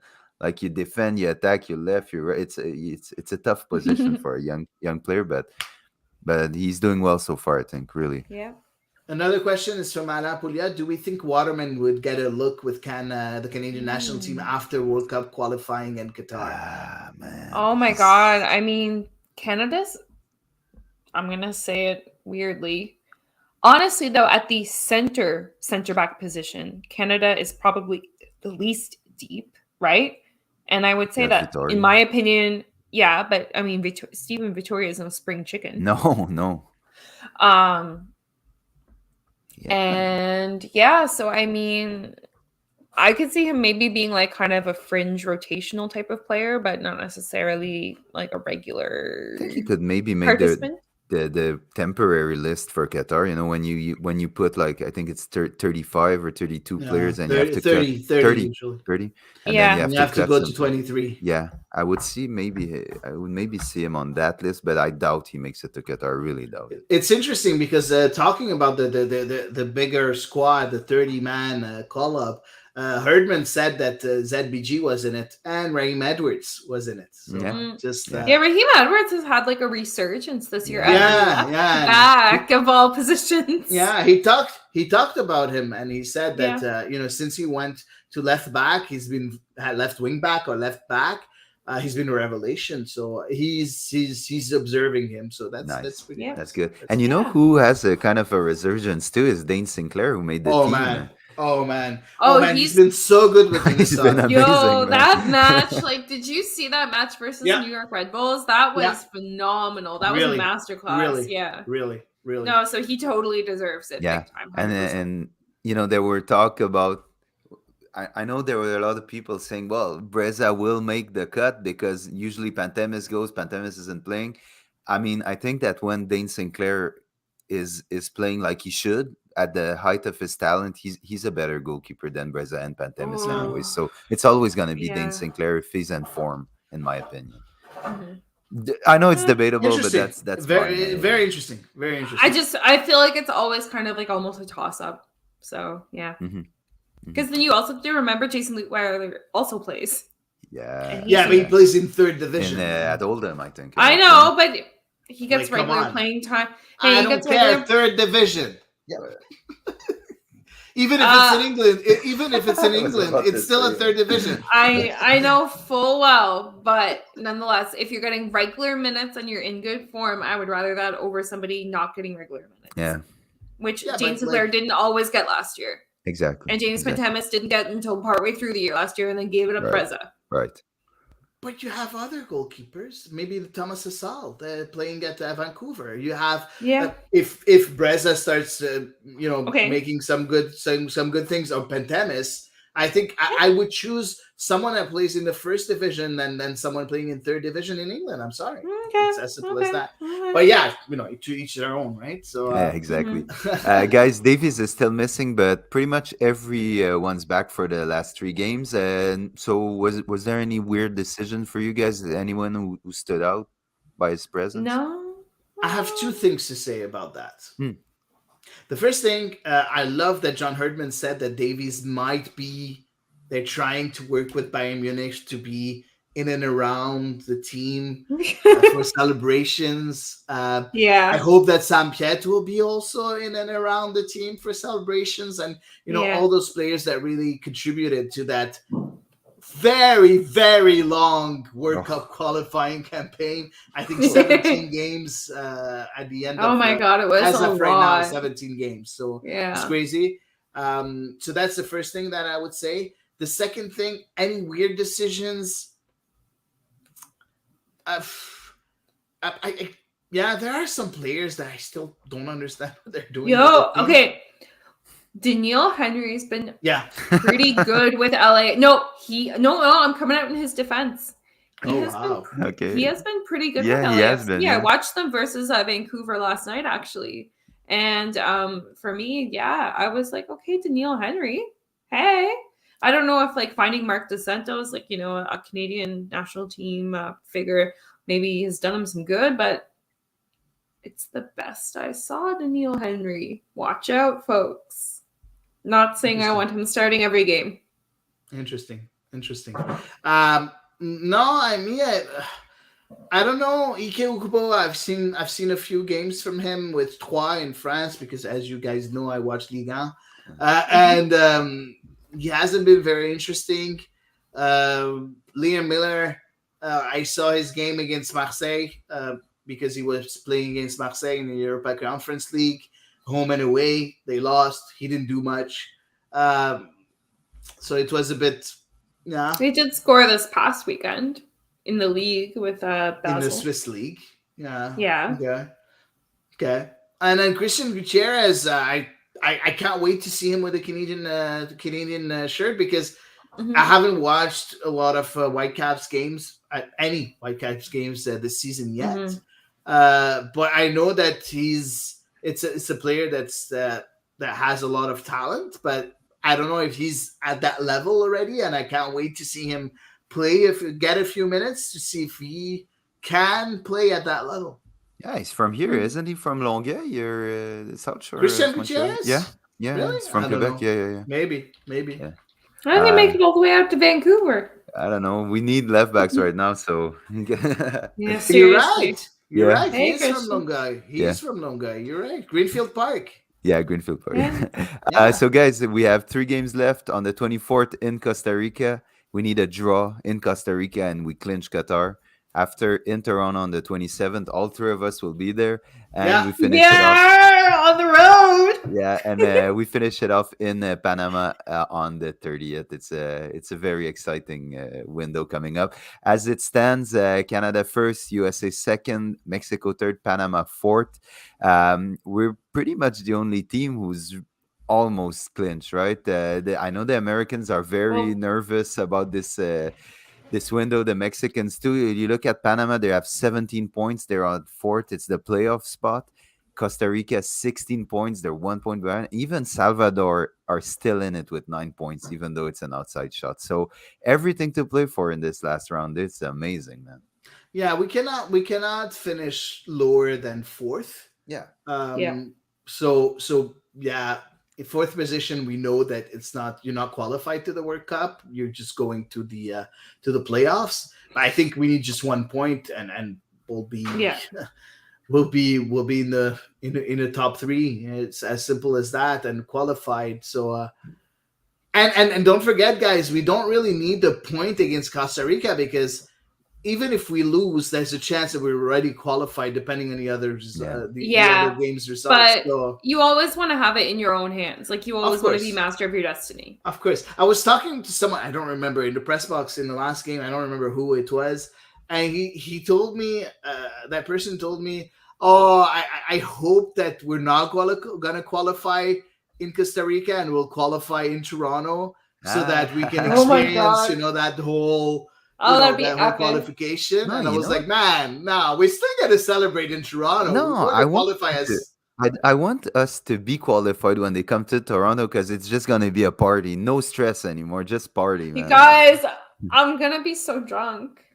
Oh, good for you. You're always drunk, man.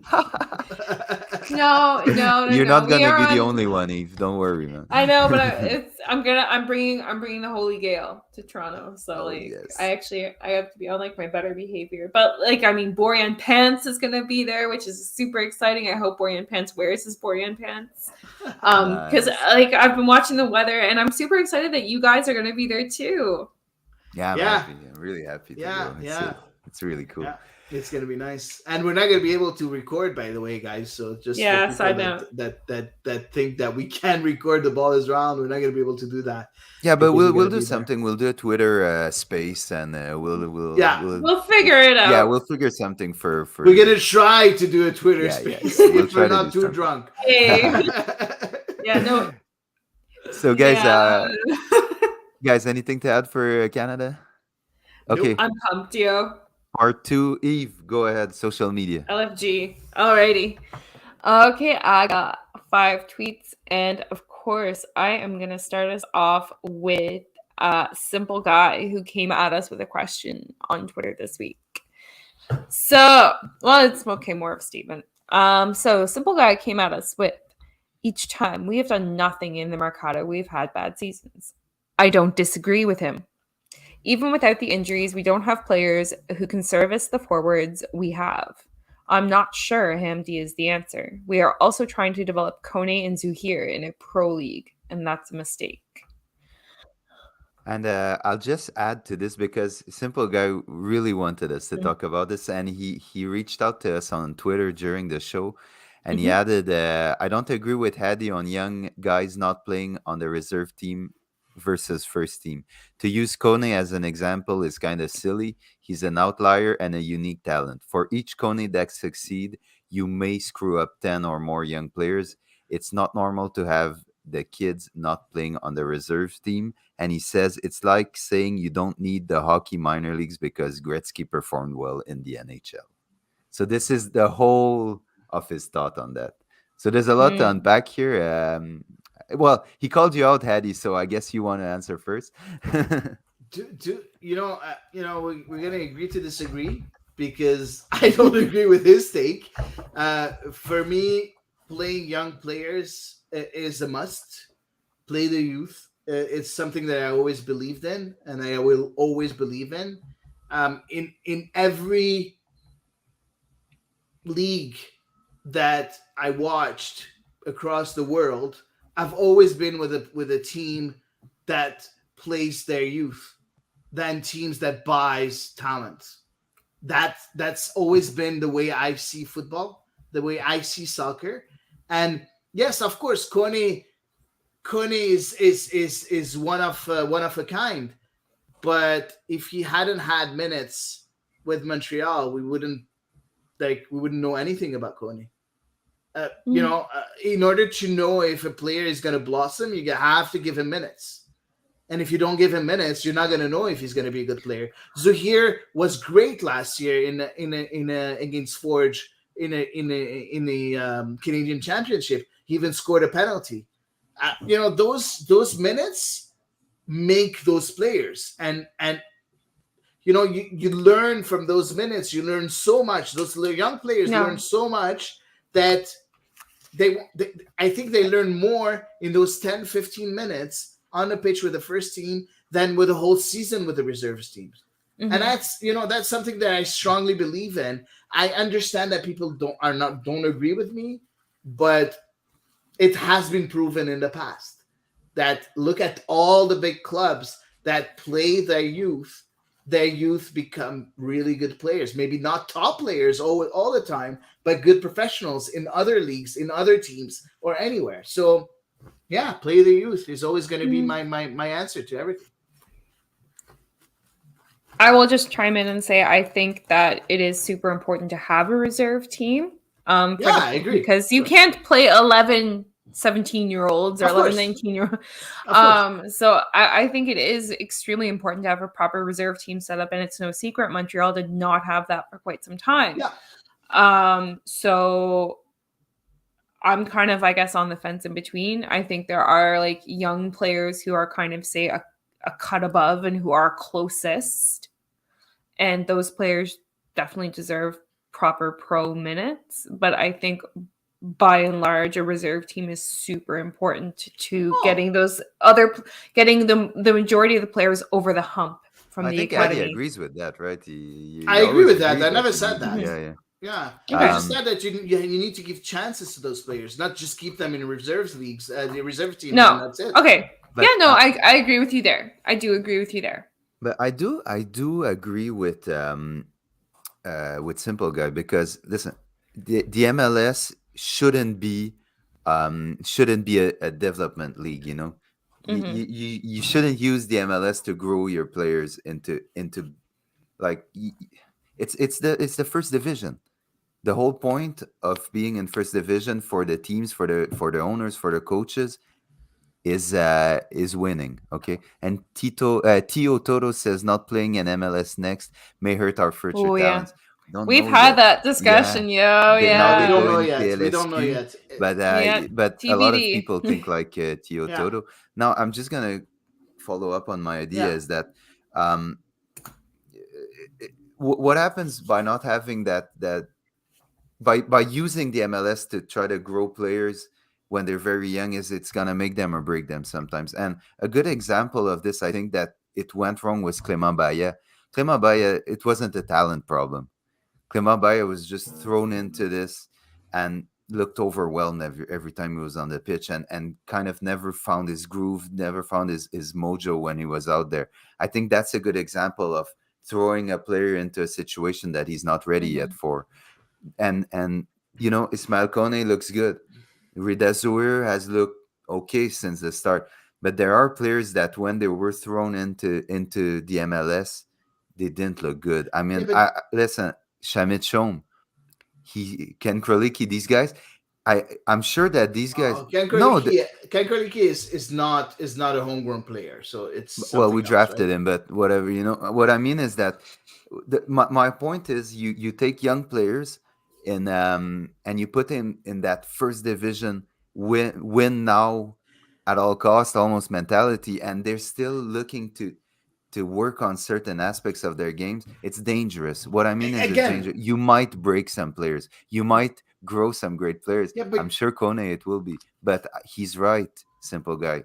I don't agree. I don't agree at all, man. I don't agree at all, because again, you're talking about a time. You're talking about Shamit Shom. You're talking about Ken Krolicki, not homegrown players. You're talking about Clément Baillet and all those players. We didn't have a reserve team. Right now, we do have one that's going to play in PLSQ. They're going to get minutes there. They didn't used to get minutes. You had either you just send them away, you played them in the first team. Now you do have that extra step where you have a U23 team, so that's completely different. But you need to have, if you had Clément Baillat and you had him with the U23s, let's say you had the same setup as right now, you had him with the U23s, and you used to give him 2-3 minutes here and there, 5 minutes, 10 minutes. Don't you think that he would have become a better player? I'm pretty sure he would. Yeah. I'm pretty sure he would. But now, again, you're going to have some misses, for sure. You're going to have some players that are not going to develop, and that's normal. But if you don't play them in these conditions, you're never going to know if that player can develop in a very good team or not. Look at Maxime Tissot. Maxime Tissot has been so good with Forge FC. He's been very good with Ottawa. He played with Montreal, and at one point we decided that, no, you know what? He's not good enough. Jérémy Gagnon-Laparé, same thing. But you're talking about a lower division now, Eddie. No, you have so many. Again, if you don't play him at the higher divisions, you're not going to know if they're going to be good players for your higher divisions. That's all I'm saying. Yeah, I mean, I can't. My point was kind of that, some players need that big challenge. Like Kone, he really thrives through that challenge. But some players really need to take it step by step, and maybe some of these players getting it. Well, that's what Simple Guy said. It's not a league that is used to develop players, and he's right. Do you know a league that's used to develop players? Oh my God. Huh? Do you know a league that's used to develop players? Like all leagues in the world. In England, don't you see young guys at 17, 18, 20 get their first games? Yeah, but how many are loaned in League 2 or League 1 to get, to not be exposed to the big pressure of the league and grow their game slowly so they're ready at 23 to come and play in the Premier League? At 23, how many players are there at 19? At 20, look at the Manchester City. There are. But exactly. But how many were burned by playing too young? Okay, but that's something. If you don't play them at that higher level, you're not going to know if they're going to get burned or not.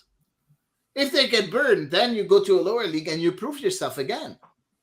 And maybe you get back to the top, or maybe you won't. But I feel you, man. But it kind of goes with what Simple Guy says. He has an opinion and you have another one. Yeah. But, that's why maybe I watched Ligue 1. So maybe that's all. But I hope it answered your question, Simple Guy. I know it was something you wanted us to talk about, really. So I hope I hope we answered that. We tried. I think we can move on to another. I could go on for ages. Yeah. All right. So this tweet is from Newfie AFC, and I kind of wanted to poll you guys based on what this person said. Newfie AFC said, "I'm more excited for the upcoming Canadian men's national team games than any of the remaining Arsenal games. We are on the verge of making history. Qatar, here we come." So my question to you guys is, are you like Newfie AFC? Are you more excited for the Canadian men's national team games than any of your club's remaining games? Like any of Marseille, any of United? Of course. Of course, man. Any remaining game whatsoever. Oh, yeah. No, I can't wait. No. Yeah, Recently, in the last window, I remember the game against the States. Man, I was all over the place before the game. I was so hyped, and it doesn't happen often with these days with club football. So I'm really excited. It's cool. Yeah, I'm very excited. But I'm very excited, but I think I'm having a good year as of right now in football altogether, because Marseille is doing so well, second in the league. So I'm very excited to see if they're going to clinch again Champions League.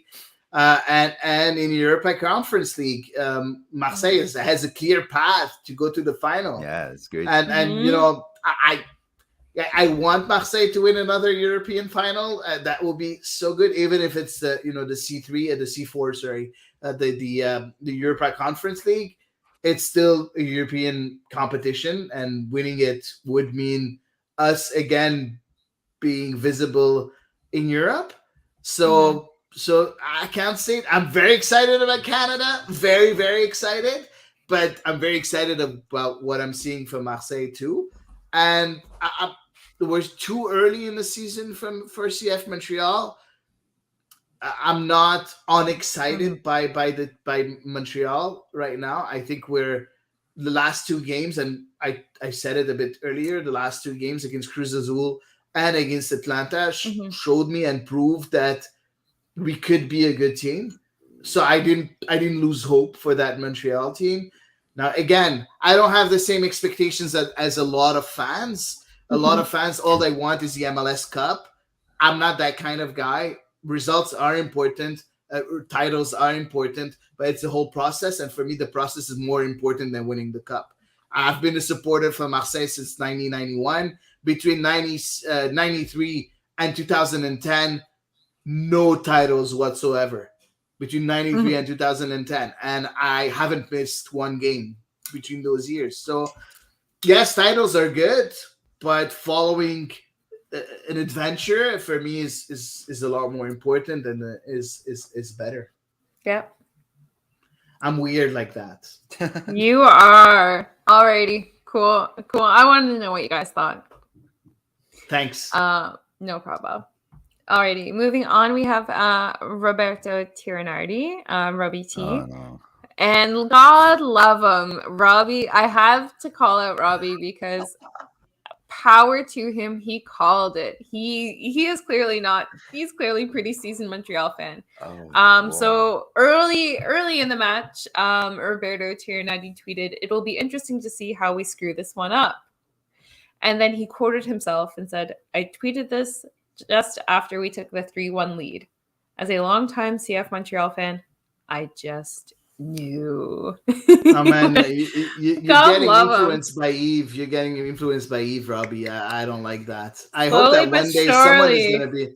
I hope that one day someone is gonna be influenced by me because yeah, I don't think it's happening. His first tweet, you can say, "Tell me you've been a fan of Montreal for a long time without telling me." That says what it has to say. Yeah. No, I thought that was super. I thought that was like hoot and a half. Good, and hi, Robbie. I know he's always listening. Hi, Robbie. Yeah. All right. Next up, we have Felice. Okay, so this is the tweet that I kind of had earmarked. So this was part of a bigger discussion. So Felice essentially said, "I don't think Nancy is our coach in September." And I know that this I believe Tamis had brought up a question about how much room does Nancy get. So Felice thinks he'll be gone by September. What do you guys think? I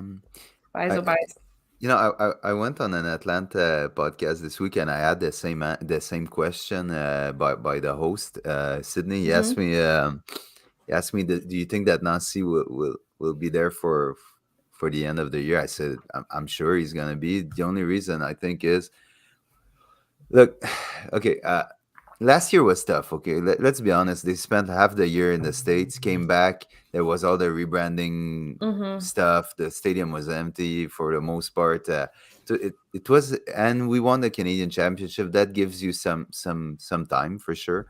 And we've been begging for stability at head coach for so long that I think these two things put together, you have to say maybe it's not rolling as smooth as we would have wanted, and it's not a reflection necessarily of Nancy's first season, what's happening right now. But I mean, you can't just go on to change coach every time. So if you go with a coach, you need to commit to him for a while, and I think we need to commit to Wilfried Nancy. Even though I'll be honest, I'm not a big fan of his. I like him as a person, I like his personality and stuff. His tactics, I'm not a big fan. I've never been. And before him, when I saw these kind of setups, it wasn't what I preferred. But I have to say, you can't just fire coaches every time something isn't going well. So I think Wilfried Nancy doesn't work for Watford.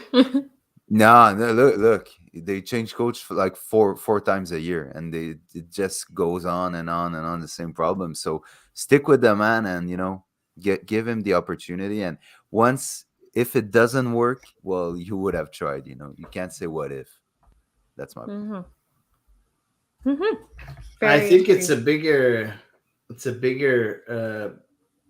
thing than just Nancy. I think that we said it in when we did the preseason, and I think we all agreed on that. I think it's the year for not only Nancy but also for Renard. And if they don't perform, it's not only Nancy that will go away, but Renard will go away too. Because so year 3 of the project. You see a scenario that Nancy could be out at the end of the year?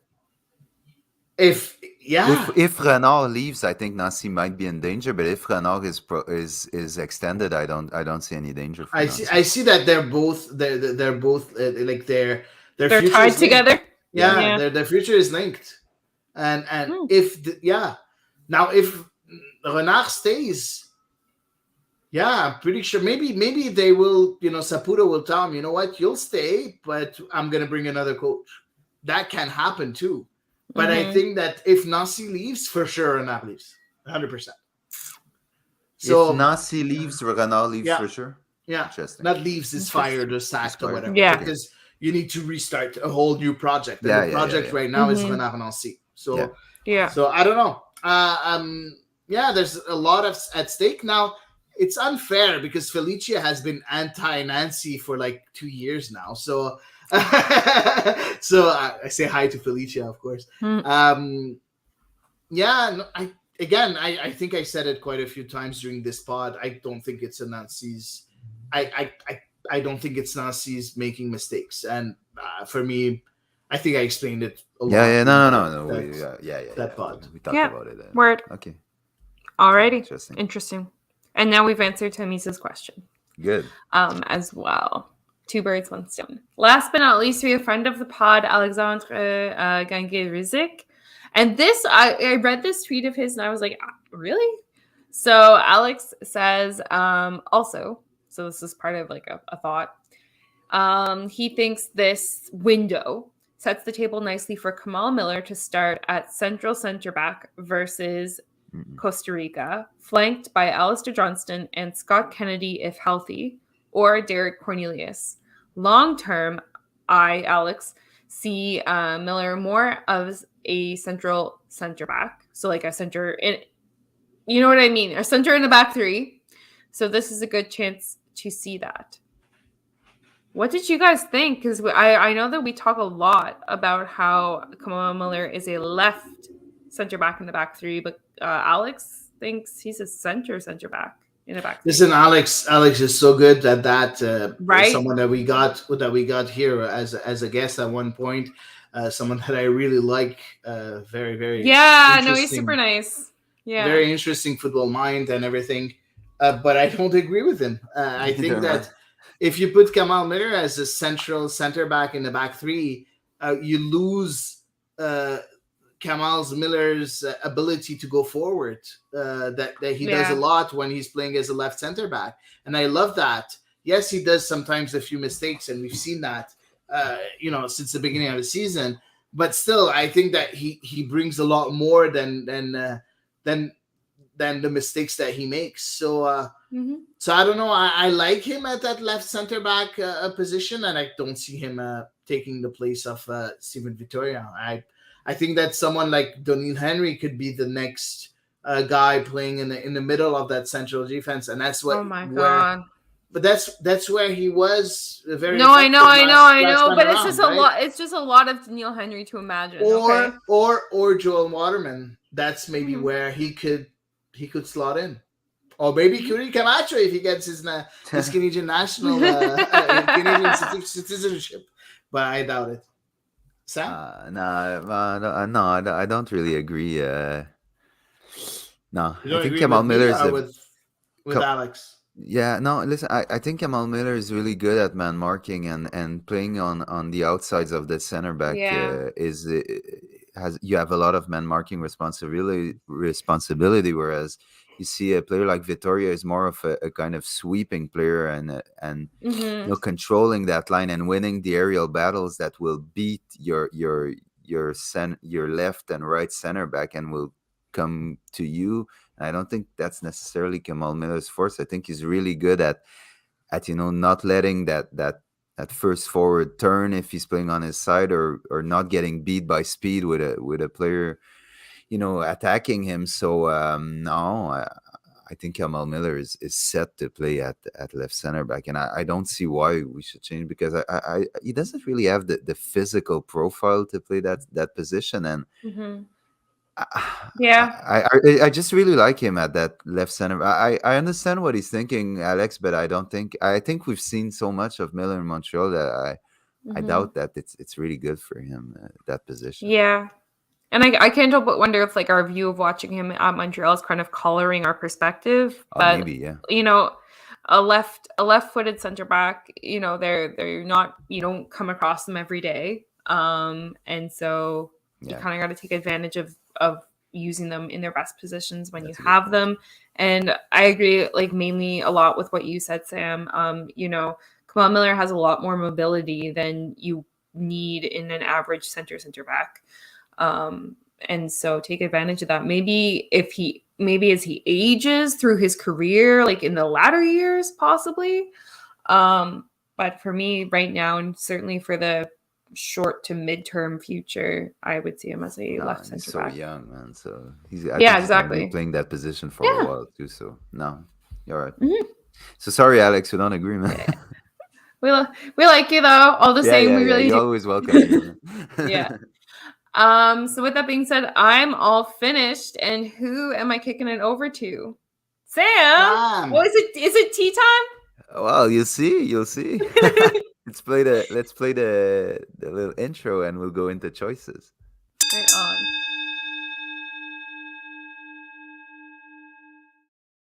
So, guys, I have 3 choices for you today, and the first one goes as: you are Wilfred Nancy sitting in your office, and today you're drinking a soft drink, no coffee today, and you're trying to relax a bit after the craziness of the start of the season when James Pantemis walks into your office. Oh. So he explains that feels that he lost his place. I run. He explained that he feels like he lost his place after conceding on a cheap free kick in Toronto. He adds that he acknowledges that he shouldn't have taken to the media to voice his displeasure at the wall after the game, and he understood the negative effect of such thing that could bring to a team. But he then points out that Breza was quick after his goal to look for someone to point to, and he kind of gave a cheap free kick away, similar as what he gave away in Toronto. He then looks at you in the eye and says, if I don't get the start in Cincinnati April 2nd, our next MLS game of the season, I will never play for you again. Do you accept to put him in goal given you agree with his arguments, or do you tell him Breza is number 1 and he will not get the start in Cincinnati? I'll tell him to ask a little more politely. Well, he's a bit pissed, maybe, so. Okay. I'll start with you. Assuming he worded it slightly differently, slightly more tactfully, yeah, I'd give him the start. And if he worded it like okay, well, to be honest, if any human spoke to me that way, I'd say, get your ass out of here. No dice. Come back when you learn how to talk to a human. But no, if he worded it tactfully, yeah, he'd get the start. Hattie. I think that's very interesting. You can't. Players need to understand that the one that decides is the coach, and there's a way to talk to a coach. And if Pantemis does that, for me, okay, don't play for me anymore. So no, you will not get the start. I would put Ketterer before you. You won't even be on the bench anymore. It's as simple as that. He will not be on the bench anymore. There's a way of talking with your coach. It's like your boss. You can't go to your boss and tell him you have to do that. It's not how it works. Yeah, exactly. I agree with Eve. Okay. Sorry. I thought that that's kind of why I put it, because I knew you guys were more Pantemis, so I was willing to see where you would push it. You know, Tamis says wave him. Wow.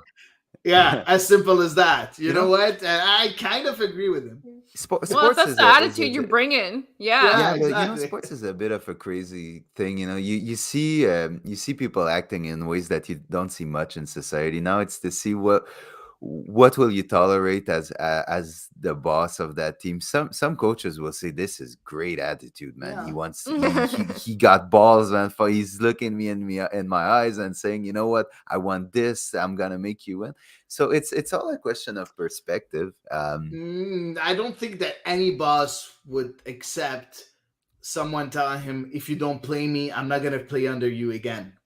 Like, if you I understand that a boss... He came with some arguments before. He just didn't shove it in your face first. But still, like, you could say, you know what? These are my arguments. This is what I feel I deserve. What do you think? And then, okay, you know what? It's okay. And I admire people that will go and ask for whatever they need to their bosses. But giving them an ultimatum, I don't think any boss would accept that. No, I agree. Interesting. Because then you just open the door for other players to do the exact same thing to you. Yeah, that's the danger. You create a precedent. And yeah, exactly. Cool. Okay, interesting, guys. Second choice. Now you're Olivier Renard. You're sitting in the office and you're drinking water because the coffee machine is broken. When Jovan Kirovsky, LA Galaxy sporting director, calls, explains that he needs a deep-lying midfielder. He would like to trade need for needs, and he admits that he always had a soft spot for Samuel Piette, and he watched every of our games this year and found it painful to watch the left wing back position in Montreal. He offers a straight swap, Piette for Raheem Edwards. Do you accept the trade? No freaking way. No freaking way. No, it's not because he had 3 good games, Raheem Edwards, that I'm going to get him back for Samuel Piette. No way. Yeah, I agree with Hadi on this one. I need a larger sample size to be sold on Raheem Edwards. He didn't have a bad year in LAFC last year before he moved to Galaxy. It's not enough, man. No, they didn't keep him. They offered him a contract though. They offered to resigning, and he decided to go to Galaxy. Free agency. Yeah. There were 3 offers on the table for him. I think there was Colorado, there was LAFC, and LA Galaxy. Everything was in the Western Conference, but he changed from LAFC to LA Galaxy. No, thank you. No. Okay. No, and like as well, it was kind of weird when he was here the first time. Like I got the gist he wasn't really thrilled to be in Montreal, and I'm not sure he'd be super thrilled the second time around if he got sent back from sunny California. Oh yeah, no. No. Interesting. Because Sorry, no, because I was just thinking, with the emergence of a lot of central midfielders in the team, you kind of say, well, has Piette become a bit expandable these days? But I think he's still a very important player. Eventually, Montreal will need to close out a game. Eventually. Eventually. Okay. Yeah. Cool. I thought it would create more of a debate, but no, I get your point, guys. Last choice. You're working for the marketing team and you've been brainstorming for a while now, and 3 ideas have been retained to attract people to the stadium and enhance fans' experience. You have to choose one for the season because Montreal limited budget. So the first choice is party buses with music and beverages that leave every big city in the province and pick up people along the way until they all meet at Stade Saputo. Oh, God. Second choice, the Atlanta model of pricing at concessions where everything is basically $5 or less, including draft beer. Or third choice, you rearrange the pathway from the VO metro station to make it more enjoyable and place temporary food trucks, mini bars, 5-a-side soccer pitches, meet and greet with injured or scratched players, and activities for anyone who wants to arrive early close to the stadium. What would be your choice? Who starts? I think it's your turn, Hattie. I think it's you, Eddie, man. Choice number 3. Oh yeah. Yeah, 100%. Choice number 3, because the other two are are targeting a specific kind of people, and the choice number 3 targets everybody. I think that whatever your age, whatever your gender, whatever, you would be very interested to have food trucks and stuff, before going into music, the stadium, music and whatever. And a lot of fans always complain that Montreal is an event city. Whenever there's a big game, they come around. But if you are an event, make the event every Saturday, every game. And the event is not only the game, it's the whole experience around the game. And I think that way will make sure that people will come every game. Maybe not the same people. Maybe some people will get the shot and become fans. That's possible. But you'll be sure to always have people coming, every game, tourists that will come because it will be the place to be.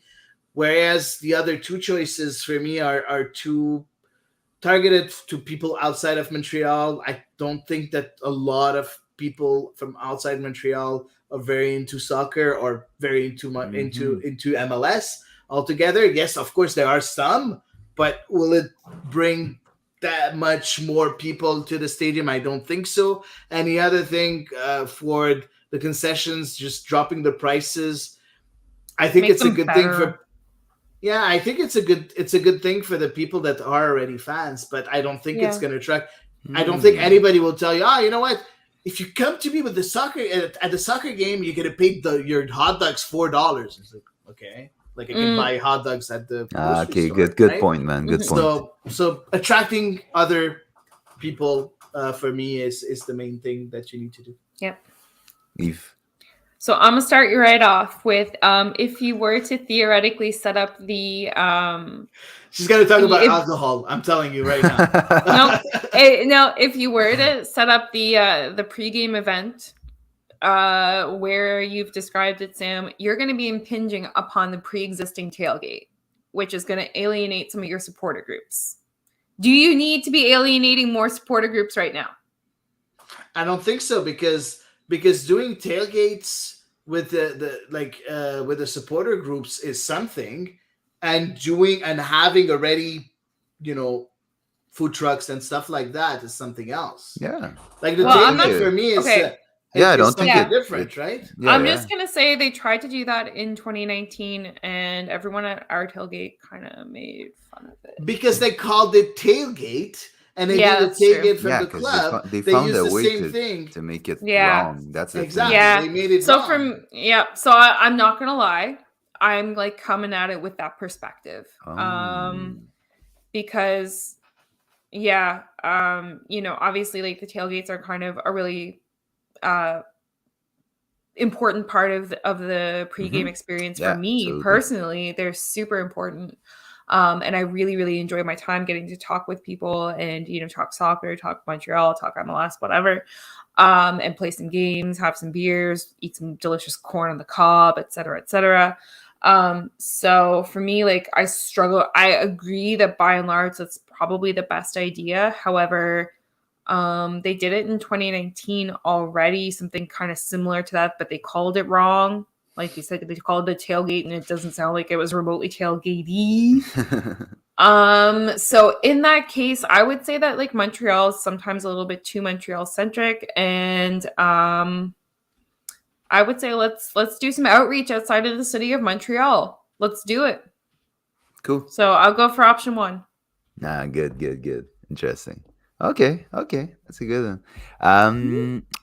I kind of like all 3 choices, but I think I really think that for real, the walk from Vio Metro Station to it's brutal. It's not safe. Yeah, you're walking like sideways at some point, man.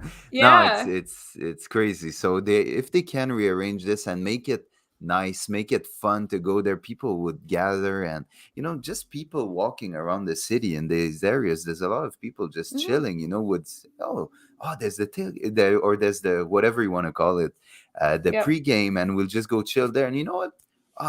Let's just buy some tickets, man. It looks cool, and we go. I mean, I'm sure it could help the experience a lot. But also, it can be something that would stay permanently, not only when there's games. Maybe you can do that, and something that would stay, the whole week, and then maybe open a museum inside the Stade Saputo with whatever, the ball from the Champions League final, the Porter goal, whatever.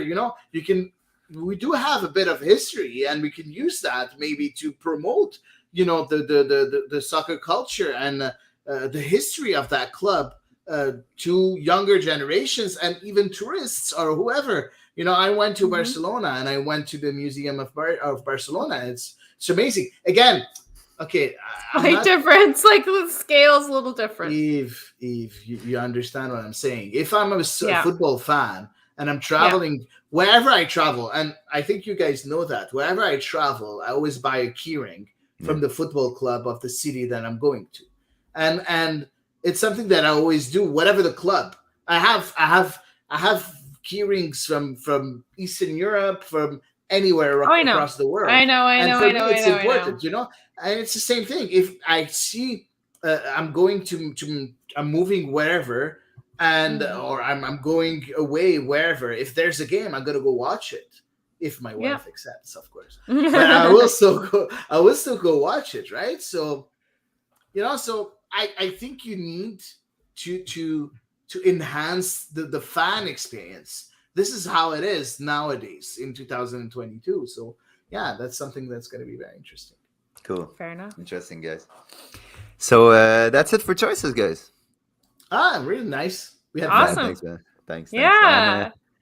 I appreciate the beverages. Yeah. Cool. Always, man. So cool. Well, thanks, Eddie. Thanks, Eve. That wraps up our episode for today. Yeah, it was really fun. And just in case you're gonna, someone is listening to us and waits for our episodes every week, don't forget next week it will be more maybe Twitter Spaces. No episodes on Great Mysteries of the World. We'll keep you posted, guys. We'll keep you posted for sure. Follow our page on Twitter to see what's coming. Yeah, follow us at TBIR Montreal. We love to interact with you guys. Thank you so much for everyone who was with us today and who interacted during the week. And we say until next time. We don't know when, but we'll be back for sure within 2 weeks for another episode of The Ball Is Wrong. See ya.